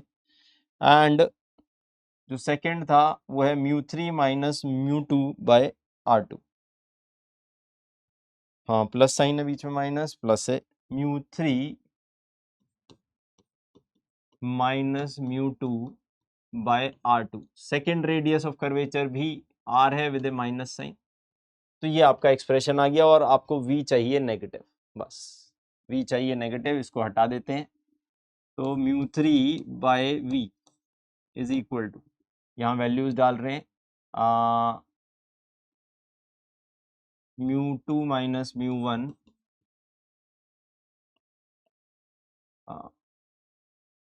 माइनस R कॉमन ले लिया मैंने, माइनस R कॉमन लेते ही मुझे मिला बाय 2 प्लस में μ3 माइनस 2R कॉमन ले लेते तो अच्छा रहता, ठीक है, -2R कॉमन ले रहे हैं, -1/2R कॉमन,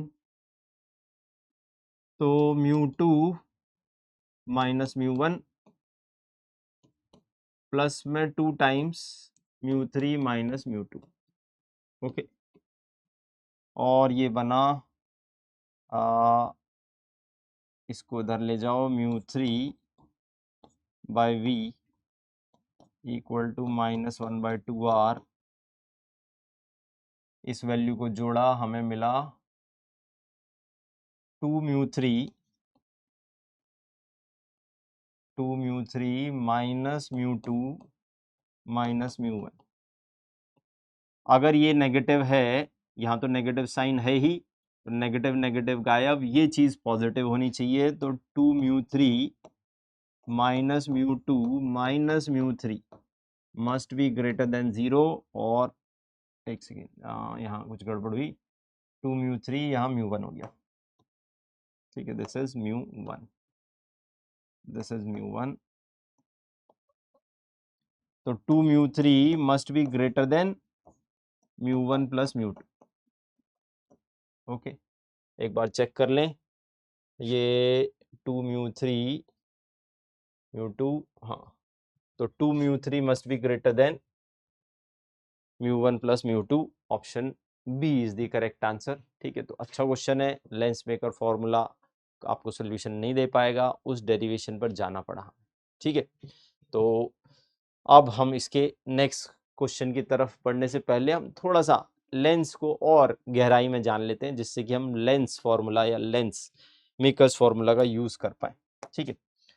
तो लेंस फॉर्मूला क्या क्या बातें करता है ये जाने, ठीक है, और बहुत ही कम बातें होंगी जो हम जानेंगे, मगर हाँ सारे क्वेश्चन उन्हीं बातों से हो जाएंगे।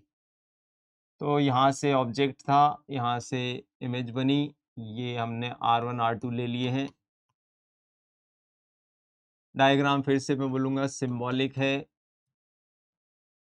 मैंने रियल ऑब्जेक्ट रियल इमेज मानकर डायग्राम बना दिया है, ठीक है। तो 1/v minus 1/u equal to 1/f is equal to mu lens by mu surrounding minus 1/r1 minus 1/r2, ये आया, ठीक है। और यहाँ से हमने मैग्निफिकेशन, और मैग्निफिकेशन भी कौन सी, लेटरल मैग्निफिकेशन, हाइट वाली magnification, is equal to height of image by height of object is equal to plus v by u, और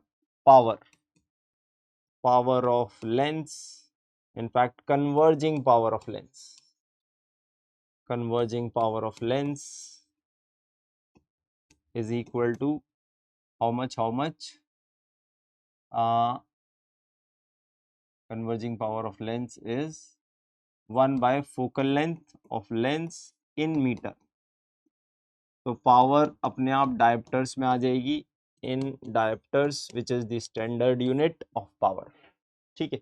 ये आना चाहिए, कुछ बेसिक रूल्स आने चाहिए लेंस के, क्या, रे जो पैरेलल होगी प्रिंसिपल एक्सिस के वो फोकस से पास करेगी, और जो फोकस से पास करेगी वो पैरेलल हो जाएगी, ठीक है, ओके। लेंस के दो फोकस होते हैं, एक इस साइड, दोनों के लिए बातें सही हैं। दूसरी, जो पोल पे स्ट्राइक करेगी वो अनडेविएटेड जाएगी, ठीक है, ओके। तो ये दो तीन रे डायग्राम या ये दो तीन बातें हमारी कई जगह यूजफुल प्रूव होंगी, और हम क्वेश्चंस इनके थ्रू भी सॉल्व कर पाएंगे। जो क्वेश्चन फॉर्मूला बेस्ड नहीं होंगे वो इन्हीं रे डायग्राम्स या रे डायग्राम की जो टेक्निकलिटीज हैं उनसे सॉल्व होते हैं, ठीक है। तो चलिए देखते हैं कि ऐसा ही क्वेश्चन, एक मजेदार क्वेश्चन जो इन बातों का यूज कर रहा हो। हाँ, हमें बहुत ज्यादा केसेस के फॉर्मूले नहीं रटने हैं, बेसिक फॉर्मूले याद होने चाहिए। हाँ, प्रैक्टिस अच्छी हो, कंसेप्ट की क्लैरिटी बहुत अच्छी हो, जिससे कि हम कोई भी क्वेश्चन टैकल कर पाए। तो चलिए देखते हैं नेक्स्ट क्वेश्चन को, क्या क्वेश्चन है। ओहो, ये कहता है कि optic axis of an thin equiconvex, equiconvex, हर क्वेश्चन में जो शब्द है ना उनका मतलब समझे, मतलब R1 is equal to R2, दोनों रेडियस ऑफ जो कर्वेचर है वो सेम है, R1 और R2 बराबर है। ऑप्टिक एक्सिस मतलब प्रिंसिपल एक्सिस एक लेंस की एक्स एक्सिस पर रखी है, और coordinate of the point objects are 0, -40, 1 point नहीं है, ठीक है। और उसकी जो इमेज बनती है वो बनती है 50, -2 पर, और आपको बताना है lens is located at, okay. तो फिर मुझे एक्सेस वगैरह बनानी पड़ेंगी। चलो दोस्तों देखते हैं, ये रही आपकी एक्स एक्सेस अच्छी सी बन जाए, हाँ बन गई, ठीक है। और ये ओरिजिन मान लेते हैं, ओके, दिस इज ओरिजिन 40, -1, -40, 1, थोड़ा यहाँ कहीं, ठीक है, ओके। डायग्राम अगर हम थोड़ा स्केल से बनाएं तो अच्छा रहता है, ठीक है। 40, 1, यहाँ आपका ऑब्जेक्ट था, दिस इज ऑब्जेक्ट। इमेज कहाँ बनी, इमेज बनी दूर, इससे ज्यादा दूरी पर, थोड़ा और यहाँ, और इससे डबल जैसे मैं कर रहा हूं, यहाँ कहीं आ जा रहा है, ठीक है। हाँ, थोड़ा सा और, क्योंकि ये 40, ओरिजिन को थोड़ा और पास खिसका लेते हैं, ठीक है। ओरिजिन को थोड़ा और पास खिसका लिया हमने, ये 40, ठीक, हाँ अभी ठीक है, ठीक है। ये इमेज बनी है 50, -2, this is 50 and this is -2, और नीचे की ओर 2 सेंटीमीटर, ठीक है। अब ये पूछा इसने लेंस कहाँ रखें, तो लेंस रखने का बहुत ही सरल सा तरीका है। क्या करो, आप ऑब्जेक्ट को इमेज से जोड़ दो, ऑब्जेक्ट को इमेज से जोड़ दो, तो जहां इंटरसेक्ट हो रही है ये, यही लेंस रखा होगा, क्योंकि अभी जो हमने बात की कि वो रे जो कि पोल से पास होके जाएगी वो अनडेविएटेड जाएगी। ठीक है, मान लो ये नेगेटिव एक्स एक्सिस की तरफ आ रहा है, तो कुछ एक्स दूरी है ये, ठीक है, ऑब्वियसली दिख तो हमें गया ये कि नेगेटिव पर आंसर आएगा, तो ये आंसर तो वैसे ही हमने गलत कर दिया। ठीक है, क्योंकि 40 50 ऑब्वियसली वो ज्यादा है। ठीक है, तो नेगेटिव पर आंसर आ रहा है। और ये दूरी अब कितनी हो गई, इस ट्राइंगल की अगर मैं बात करूं तो ये दूरी हो गई है 50 प्लस एक्स, 50 प्लस एक्स, और ये दूरी कितनी हो गई, ये दूरी हो गई 40 माइनस एक्स, एक्स की जगह एल लिख लो। ठीक है, एक्स लिखने में थोड़ी वो हो सकती है कंफ्यूजन आपको। एल, ये दूरी कितनी थी, L on the negative side of x axis, 40 minus L. और अब आपने रेशियो एंड प्रोपोर्शन लगाया, ये एंगल बराबर है क्योंकि अनडेविएटेड रे गई है, तो आपने लिखा perpendicular by base is equal to वाला perpendicular 2 by base, isn't it. हाँ, इधर उधर आपने सॉल्व किया तो 50 plus L is equal to 2 times 40 minus L, और 50 plus L is equal to 80 minus 2l, 3l is equal to 30, l is 10। ध्यान रखें नेगेटिव साइड पर 10 है तो -10 इज द राइट आंसर। ठीक है, ओके, बहुत ही अच्छा क्वेश्चन। लेंस फॉर्मूले से भी हो सकता था, ठीक है, पर क्यों हम कॉम्प्लेक्सिटी में जाएं जब रे डायग्राम या कहीं वो बहुत सरल सी बातें हमें फाइनल आंसर दे रही हैं कि भाई अगर मैं पोल से पास करा दूं तो अनडेविएटेड रे होगी, या ऑब्जेक्ट और इमेज को सीधे एक लाइन ज्वाइन करो वो पोल से ही पास होगी। ठीक है, दोनों एक ही बातें। ठीक है, चलिए नेक्स्ट पार्ट पर चलते हैं। तो आइए दोस्तों देखते हैं कि एक लेंस जो है वो इमेज बनाता कैसे। ठीक है, इस टॉपिक का नाम आप लिख सकते हैं इमेज फॉर्म्ड बाय सेक्शन और अ पार्ट ऑफ लेंस। ठीक है, एक हिस्सा एक पूरे लेंस का इमेज कैसे बनाता है या पूरा लेंस इमेज कैसे बनाता है। ठीक है, तो इसको बहुत ध्यान से समझे। ठीक है, इजी टॉपिक है बट इंपॉर्टेंट है। मान लेते हैं ये लेंस है,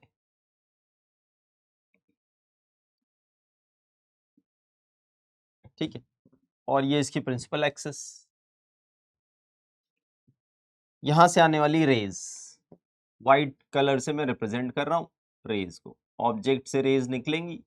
मैंने सिंपल रखने के लिए इसको एक कन्वर्जिंग लेंस ले लिया है। ठीक है, तो रे गई, इन्होंने कन्वर्ज की, फिर और रे गई, फिर इन्होंने और जगह कन्वर्ज की, फिर कुछ और रेज गई और कन्वर्ज, फिर नीचे से भी रेज गई।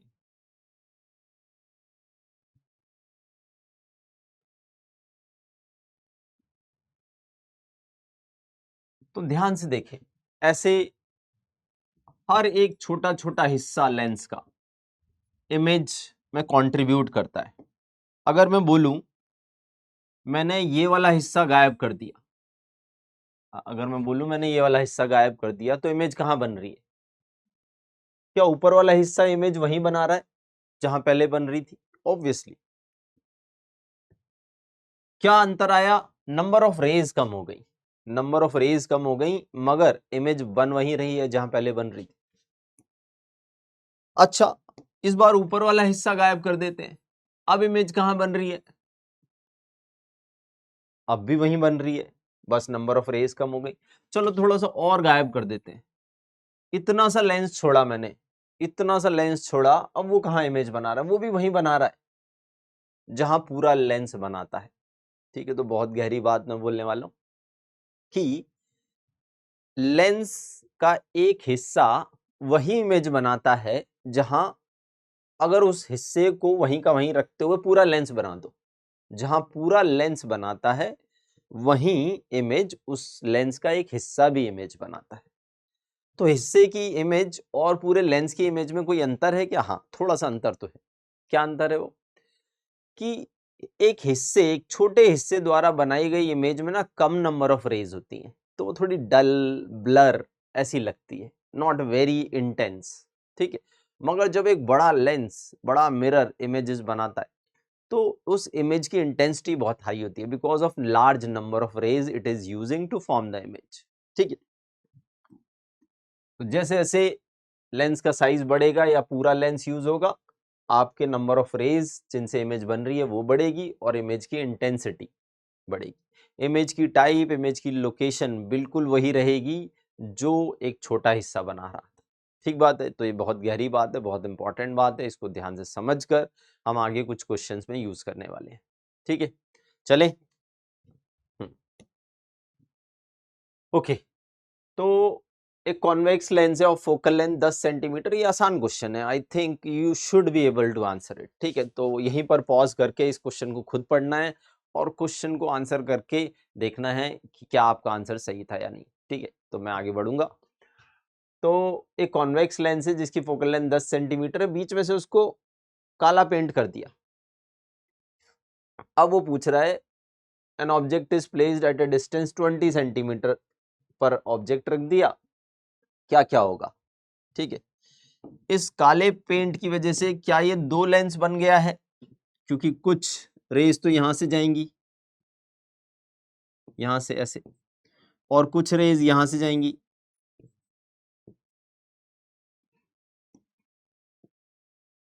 तो ये क्या होगा? ऑब्वियसली दोनों हिस्से वही इमेज बनाएंगे जहां पूरा लेंस बना था। ओके, तो इमेज एक ही जगह बनेगी। तो what is the right answer? Obviously only one image is formed by the lens. ठीक है, ऐसा लग रहा है कि आपने लेंस को तोड़ के दो हिस्सों में कर दिया, नहीं, लेंस वही है। ठीक है, तो the distance between the two images formed by such lens will be this. गलत हो गया, the distance between images, images दो है ही नहीं तो डिस्टेंस क्या? ठीक है, तो बहुत ही सरल क्वेश्चन, बहुत ही स्ट्रेट फॉरवर्ड क्वेश्चन, बहुत ही अच्छी बात बता रहा है। ठीक है, ओके, तो ध्यान रखें इसका। अब हम आते हैं दूसरे क्वेश्चन पे। दूसरा क्वेश्चन थोड़ा सा इससे नेक्स्ट लेवल अप है।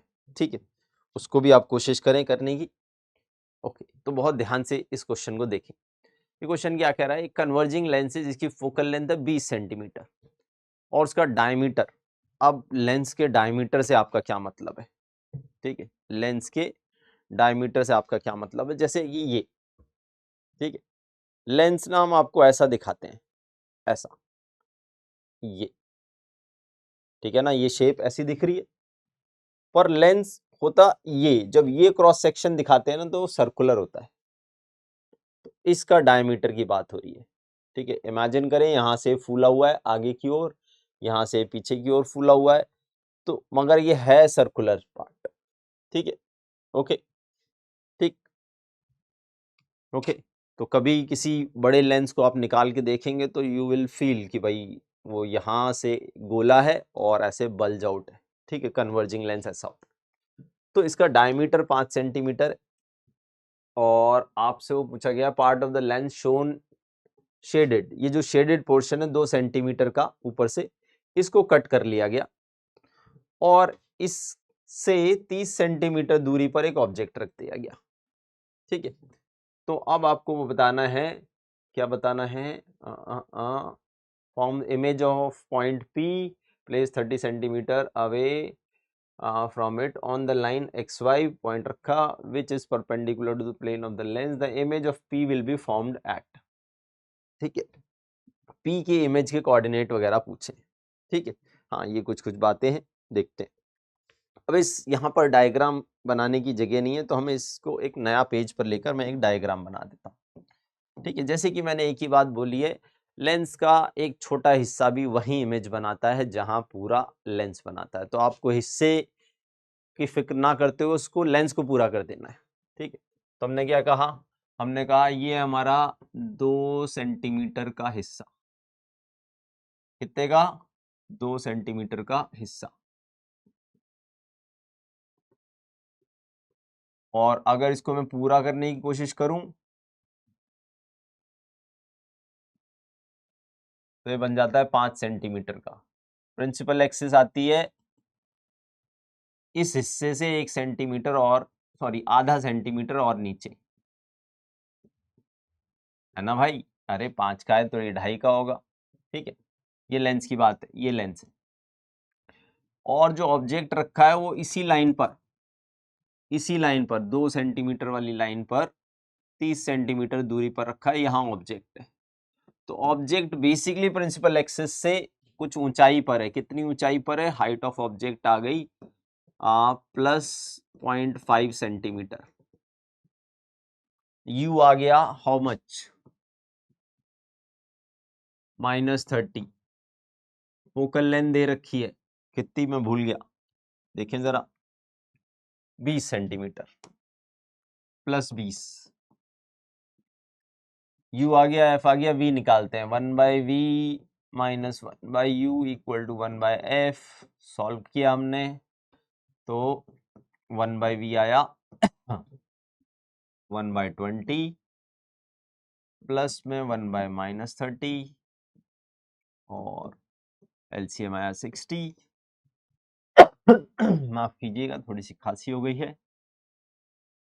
और 60 ये वैल्यू आ गई 3 - 2, v की वैल्यू ये आया आपका 60 प्लस का, मतलब रियल इमेज बन रही है इधर, और मैग्निफिकेशन होती है v/u hi/ho।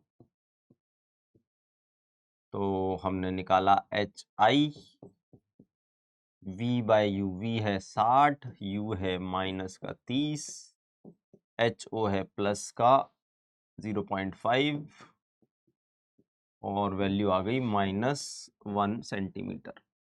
मतलब प्रिंसिपल एक्सिस से, इसको थोड़ा खिसका लें,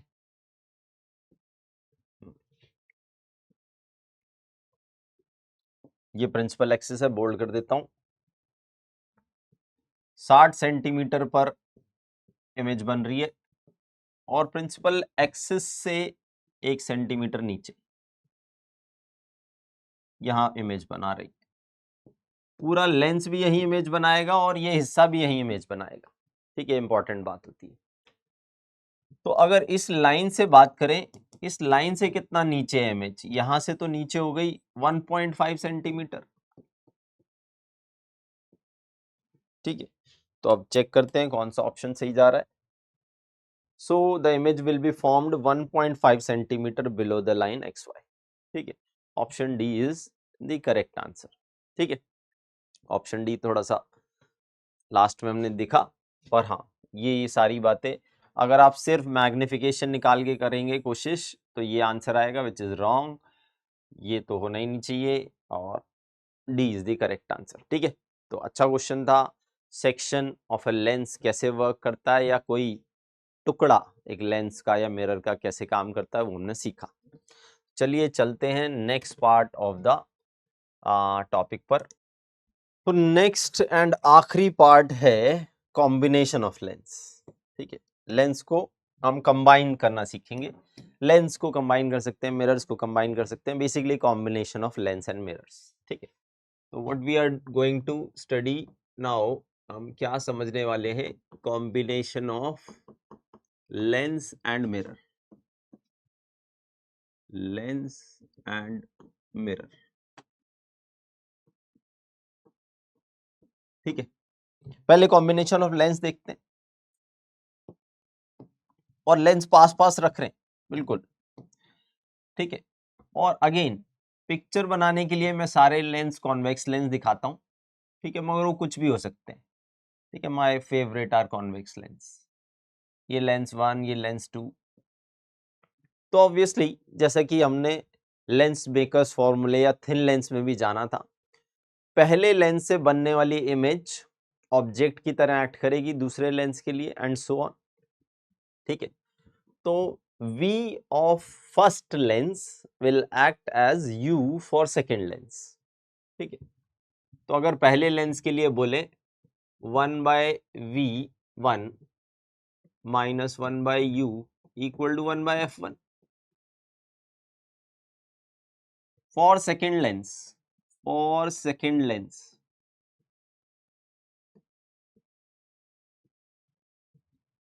u will be equal to v1।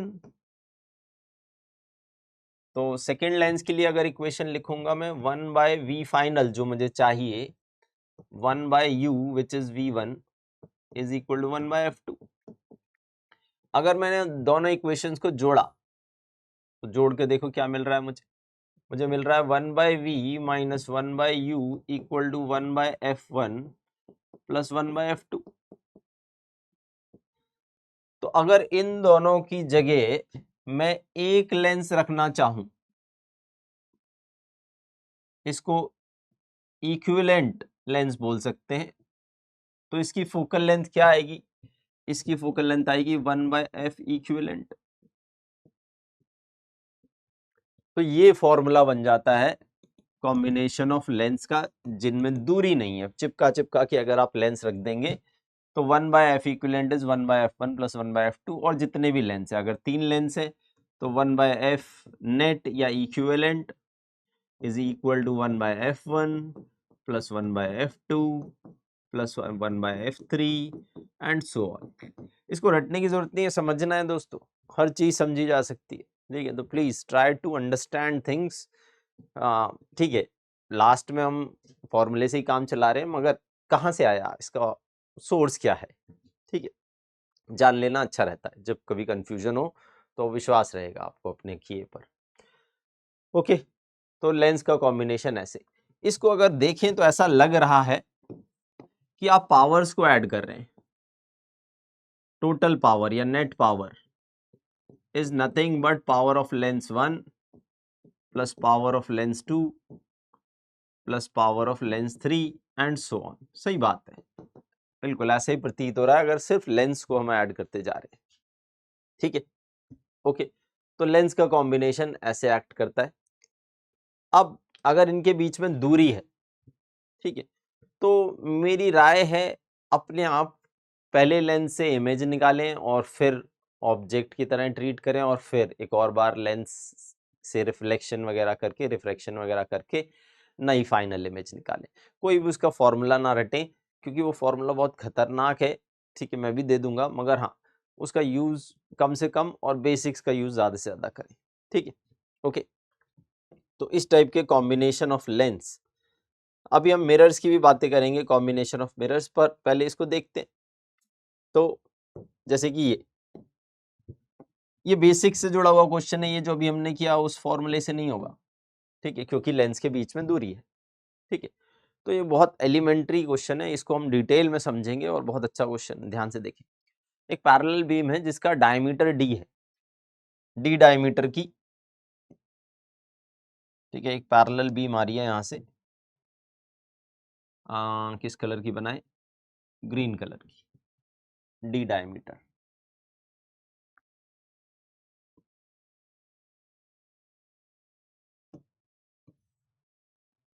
Okay,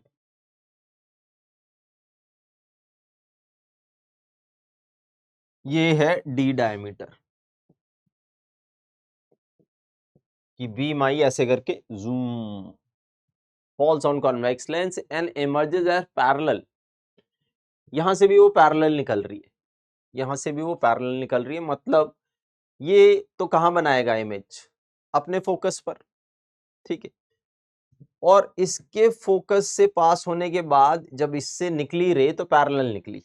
ठीक है, अभी के लिए मुझे पता नहीं है कि वो जो रे है वो उस इमर्जेंट बीम जो है उसका डायमीटर क्या है, मगर ऐसी कुछ बना लेते हैं। ये लो,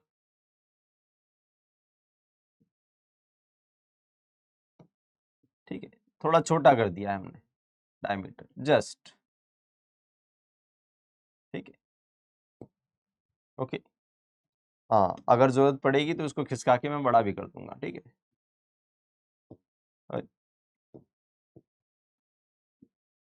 क्यों भाई, पता नहीं, नाराज हो गया, कोई नहीं। ठीक है, कह रहा है खिसकाना अलाउड नहीं है। तो ये रे गई होगी अपने फोकस पर, जो कि ये कितना है 20, और कुछ ऐसा रहा होगा कि ये जो रेज है ये इसके फोकस से भी आ रही होंगी। तो ये जो पॉइंट है ये फोकस है both, focus of both lens, ये दोनों लेंस का फोकस है ये पॉइंट। ओके, तो यहां से ये 20 की दूरी पर है और यहां से ये 5 की दूरी पर है, ये ऐसे गई रे और सीधी हो गई, ये दूरी 5 है,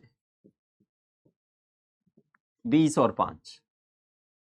तो जैसे ही आपको ये 20 और 5 दिखे, आपको ये डी था, सिमिलर ट्राइंगल्स का यूज आप कर सकते हैं। 20 परपेंडिकुलर पे डायमीटर डी, तो 5 परपेंडिकुलर पे, परपेंडिकुलर की वैल्यू हो गई 1/4, तो डायमीटर की वैल्यू भी हो जाएगी 1/4। ठीक है, तो D/4 डायमीटर बन जाएगा। ठीक है, बहुत ही अच्छा क्वेश्चन है। इसी में एक अच्छी सिचुएशन में बना सकता हूं कि अगर ये कॉन्वेक्स ना होकर कॉनकेव लेंस होता, ठीक है, तो कोशिश करें। अच्छा क्वेश्चन बन गया फिर से। ये 20 सेंटीमीटर का, वो 5 सेंटीमीटर फोकल लेंथ रखने वाला है, ये कॉन्वेक्स की जगह कॉनकेव। तो अगर इससे आपको पैरेलल रे निकालनी है, अगर आपको इससे पैरेलल रे निकालनी है दोस्तों, मान लो ये प्रिंसिपल एक्सिस है कॉमन दोनों की, यहां से पैरेलल रे निकालनी है ऐसे करके, तो इसके फोकस पर जानी चाहिए rays. Rays should try to reach its focus. ठीक है, रे ऐसे आनी चाहिए। इसका फोकस कहाँ है? ये डायग्राम बहुत अच्छा नहीं बना, थोड़ा सा मैं चेंज करके दोबारा बना रहा हूँ।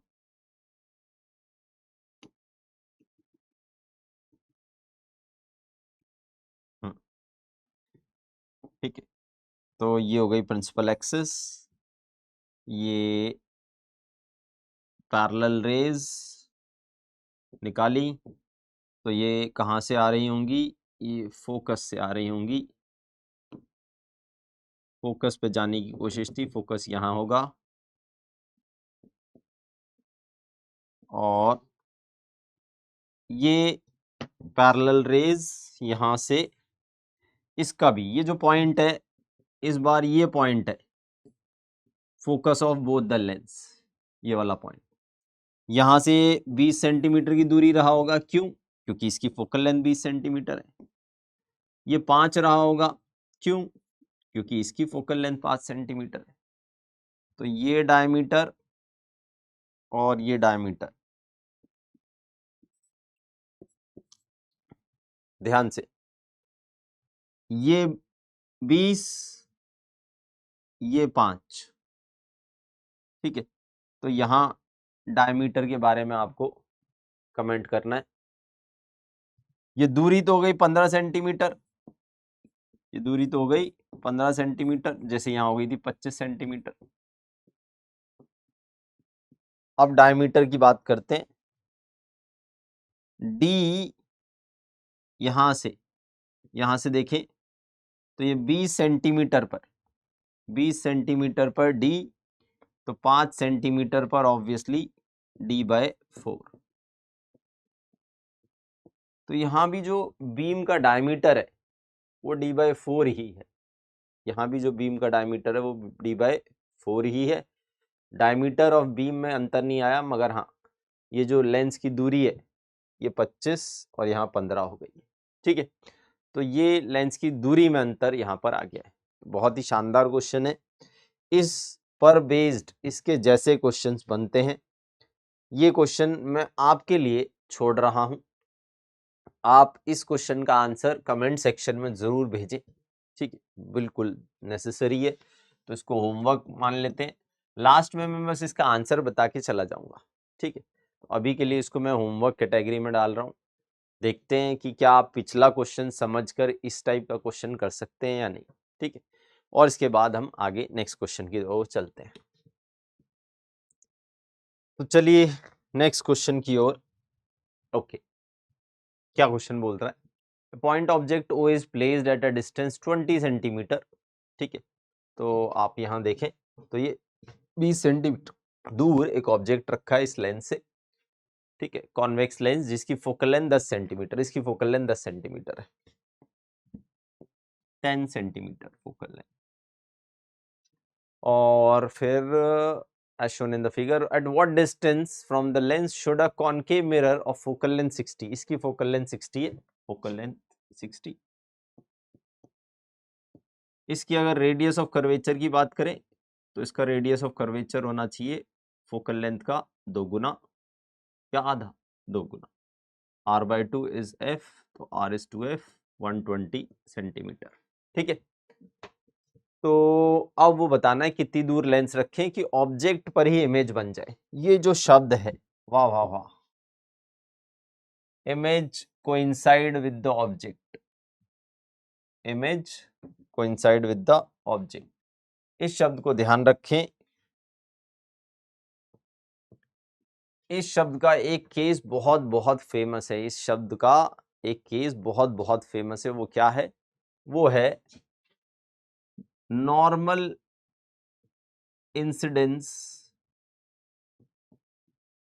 ऑन मिरर,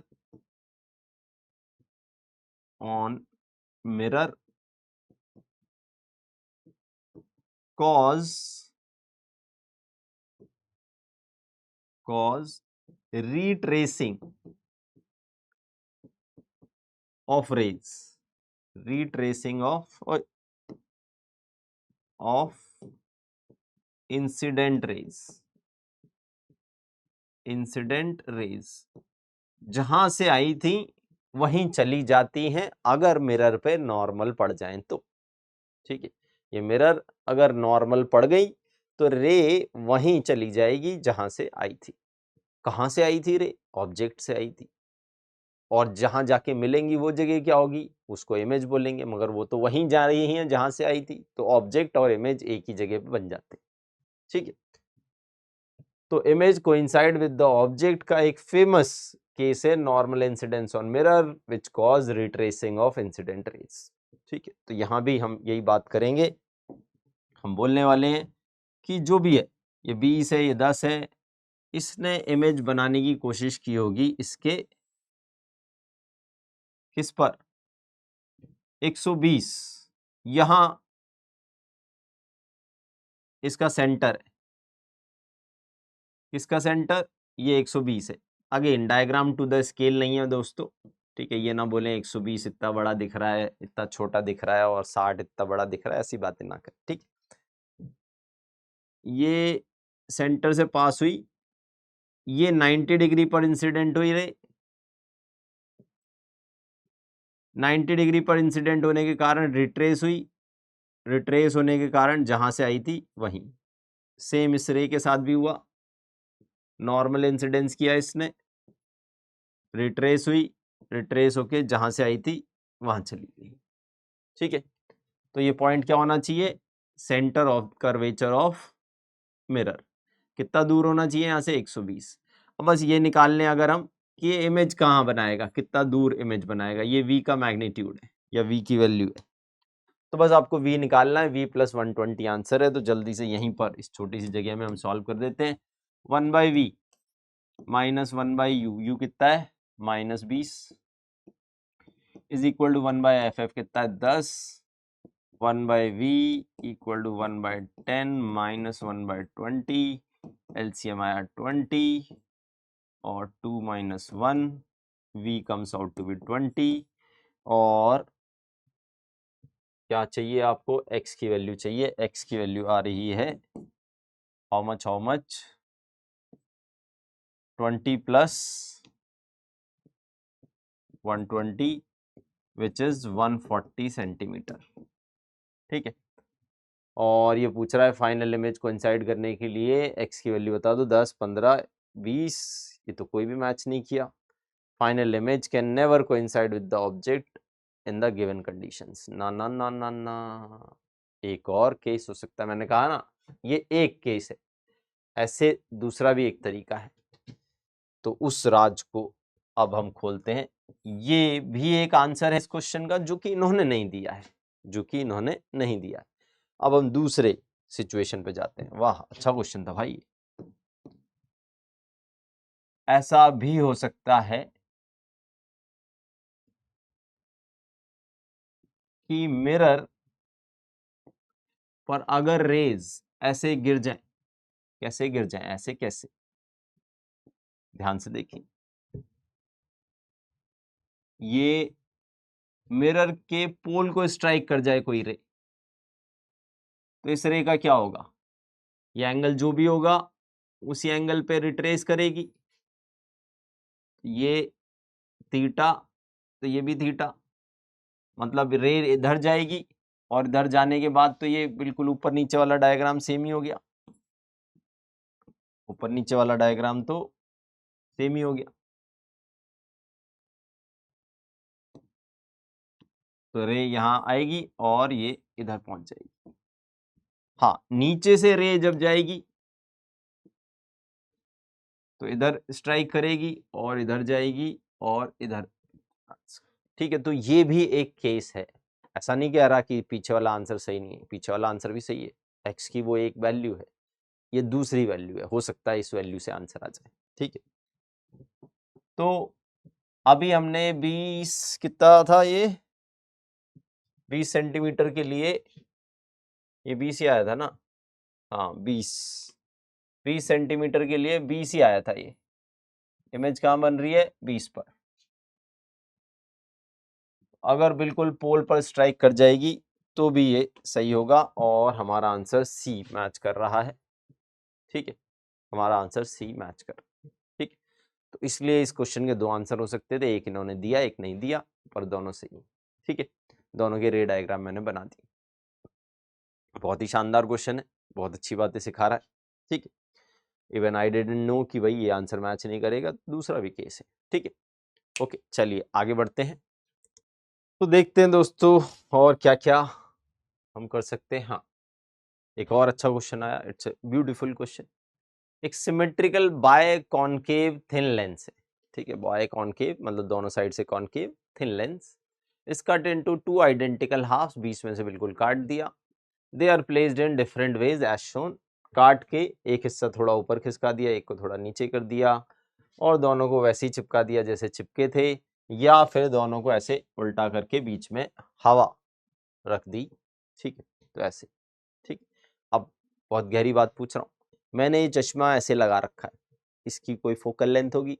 ठीक, अगर ये चश्मा बिल्कुल ऐसे ही, ध्यान से देखें, ऐसे मैं यूज करूं तो क्या मुझे कुछ अलग टाइप का दिखेगा? ये लेंस जैसा ऐसे बिहेव कर रहा था वैसा ही दिखेगा। ठीक है, ओके, आंसर कमेंट सेक्शन में दे। ठीक, तो मजे की बात है, I will see the same thing. Lens की फोकल लेंथ सेम होती है दोनों साइड। अगर दोनों साइड एयर है तो इस साइड और इस साइड फोकल लेंथ सेम होती है। रेज इधर से आए इधर से आए, lens will behave as it is. Shape और इस सब से कोई फर्क नहीं पड़ता। ठीक है, तो पहली बात तो इससे ही समझ में आया कि अगर मैं दो लेंस को आगे पीछे उल्टा पुल्टा ऐसे कर दूं तो कोई फर्क नहीं पड़ेगा। इसकी फोकल लेंथ f1 मान लें, इसकी फोकल लेंथ f2 मान लें, तो इसको पहले रख दें, इसको बाद में रख दें, they will give same f equivalent. इन दोनों का सेम f इक्विवेलेंट आने वाला है। ठीक है, तो इससे हम आ जाते हैं the ratio of focal length in 2 and 3 is 1। ठीक है, तो ये सही हो गया, ये गलत हो गया। अब ऊपर की बात करते हैं। 3 images will be formed in case 1। क्या केस 1 में 3 इमेजेस बनेंगी? ठीक है, ऑब्जेक्ट यहां रखा है, तो ध्यान से देखें, ऑब्वियसली ये 3 लेंस है हो गए, क्योंकि ऐसा हो सकता है कुछ रेज सिर्फ ऊपर वाले हिस्से से पास हो, और ऐसा भी हो सकता है कुछ रेज सिर्फ नीचे वाले हिस्से से पास हो, और ऊपर वाला नीचे वाला ऑब्वियसली आप बोल सकते हैं लेंस सेम है मगर दूरियां तो अलग अलग हो गई। ठीक है, और ये जो है कुछ रेज दोनों से पास करेंगी, तो ये जो 3 टाइप की रेज मैंने दिखाई, एक को मैं थोड़ा सा ब्लैक से कर दे रहा हूं, ये ब्लैक रेज कहीं इमेज बनाएंगी, ठीक है।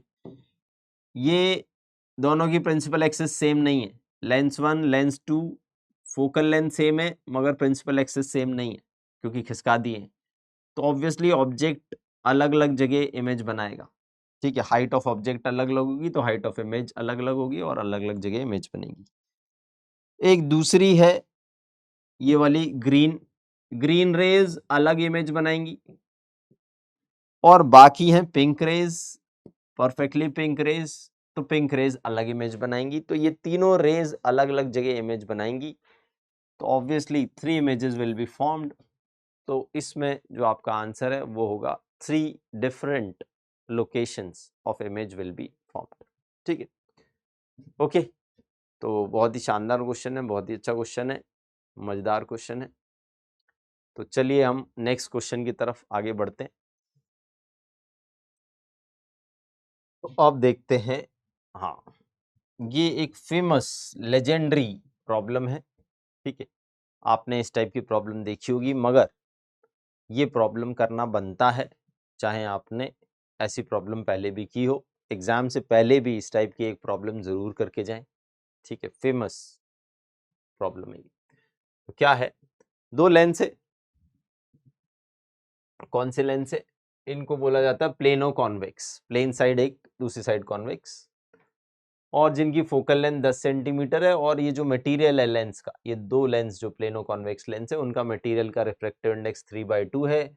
ऐसे करके टच करा के रख दिए और इनके बीच वाली जगह में भर दिया पानी, ठीक है। तो basically there are 3 lens, basically there are 3 lens, one lens is called water lens. Water lens को मैं ब्लैक कलर से थोड़ा सा शेड कर रहा हूं, ठीक है। So that is water lens, ठीक है। तो वाटर लेंस की जो रेडियस ऑफ कर्वेचर है वो तो यही है जो इन प्लेनो कॉन्वेक्स की थी, और वाटर लेंस का जो रिफ्रैक्टिव इंडेक्स है वही है। The whole arrangement is in air, the optical power of the system, ठीक है।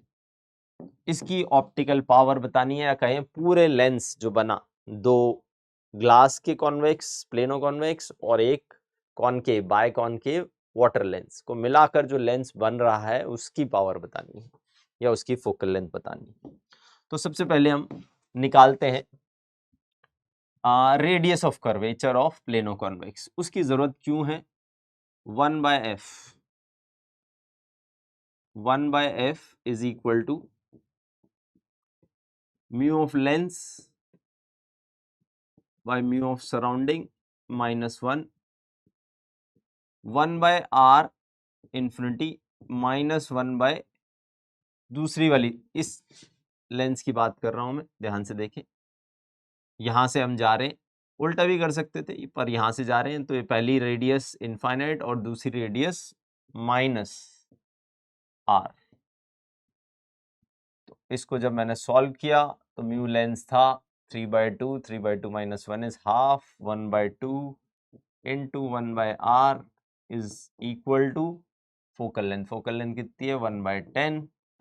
तो रेडियस की वैल्यू आ गई, यहां से इसको हटा देते हैं, रेडियस की वैल्यू आई कितनी 20, सॉरी 20 नहीं 5, रेडियस 5 सेंटीमीटर। सो अगर मैं मुझे बोले कि वाटर लेंस की फोकल लेंथ बता दो, तो अब वाटर लेंस क्या है, वाटर से बना हुआ जिसकी दोनों साइड की रेडियस ऑफ कर्वेचर है 5 और 5, ये भी 5, ये भी 5। इसकी फोकल लेंथ अगर निकालनी हो तो 1/f of water lens is equal to mu of lens 4/3 by mu of surrounding is 1। हाँ, यहाँ थोड़ा सा लोगों को कंफ्यूजन होता है कि सराउंडिंग में तो ग्लास बैठा है, सराउंडिंग में तो ग्लास बैठा है, फिर आप 1 क्यों ले रहे हो, मैं बताऊंगा, खुफिया बात है, ठीक है। बट हाँ, मैंने ही उजागर किया कि यहाँ कंफ्यूजन हो सकता है। 1/r पहली वाली रेडियस, इधर से जा रहे हैं तो पहली वाली रेडियस -5, दूसरी वाली रेडियस +5। सॉल्व किया, 4/3 -1 इज 1/3 इंटू -2/5। तो ये पावर निकालने, power of water lens, power of water lens आ रही है हाउ मच। हाँ, ये डायप्टर्स में नहीं है, ठीक है, तो पहले फोकल लेंथ ही निकाल लेते हैं। 1/f of water lens is -2/15 और focal length of water lens is -7.5 centimetre, ठीक है, या फिर -0.75 मीटर, ठीक है। तो पावर टोटल, नेट पावर क्या आने वाली है? Power equivalent is power of lens 1 plus power of water lens plus power of lens 2, जिसको हम बोल सकते हैं 2 बाय फोकल लेंथ, 1 ही कर लो, 1 bye focal length of lens 1 plus 1 bye focal length of water lens plus 1 bye focal length of lens 2। 1 और lens 2 जो है वो तो सेम ही फोकल लेंथ के हैं, 10-10 सेंटीमीटर, मगर 10 सेंटीमीटर ना डालकर 0.1 मीटर डालेंगे, तो 1/0.1 प्लस 1 बाय माइनस का 0.75 प्लस 1/0.1। तो दोस्तों क्या आंसर आ रहा है? ये आ रहा है 10 माइनस, ठीक है, इसको लिख सकते हैं आप 3/4। तो 3/4, 4 ऊपर आया और 3 नीचे आया और प्लस में 10, तो 20 minus 1.33 which is how much कुछ हो, एक छोटी सी एरर हो गई। क्या है ये वो एरर? -7.5 सेंटीमीटर को आप ये नहीं लिख सकते, 100 से डिवाइड करते हैं तब मीटर बनता है, तो 0.075 सेंटीमीटर मीटर, ठीक है। हाँ, तो एक 0 यहाँ भी आएगा, 0.075, ठीक है। और ये 4/3 ना होकर 40/3 होगा, और 40/3 होते ही इक्वेशन बदल जाएगी। 40/3 ये हो गया 60 माइनस 40/3। बहुत ही ध्यान से क्वेश्चन करने की जरूरत है, गलती ना हो। और प्लस का 6.67 dioptres is the power which is option A, ठीक है। हाँ, कोई भी ऑप्शन नहीं मिल रहा था तो मुझे भी संदेह हुआ और मैंने अपनी कैलकुलेशन चेक की तो पता लग गया, छोटी सी एरर थी, सेंटीमीटर को मीटर बदलने में गड़बड़ हो रही थी, ठीक है। तो be very careful, okay, moral of the story यही है, ओके। तो जल्दी से इस चीज़ को समझें। ये जो लेक्चर था पूरा, जिसमें हमने thick lens, thin lens, combination of lens, ये सब जाना, ठीक है, ओके। तो और कर्व्ड रिफ्रैक्शन से शुरू किया हमने इस लेक्चर को। तो ये सारी बातें बहुत इंपॉर्टेंट है, और जो क्वेश्चंस की बहुत ही इंपॉर्टेंट और थोड़े से लेवल हाई के क्वेश्चन थे ये, ठीक है। तो ज़रूर से ज़रूर इन क्वेश्चंस को करें और अपनी अंडरस्टैंडिंग बढ़ाएं, और एक दो जो होमवर्क दिए हैं उनके आंसर ज़रूर कमेंट सेक्शन में लिखें। ओके दोस्तों, इसी के साथ tata bye bye, take care.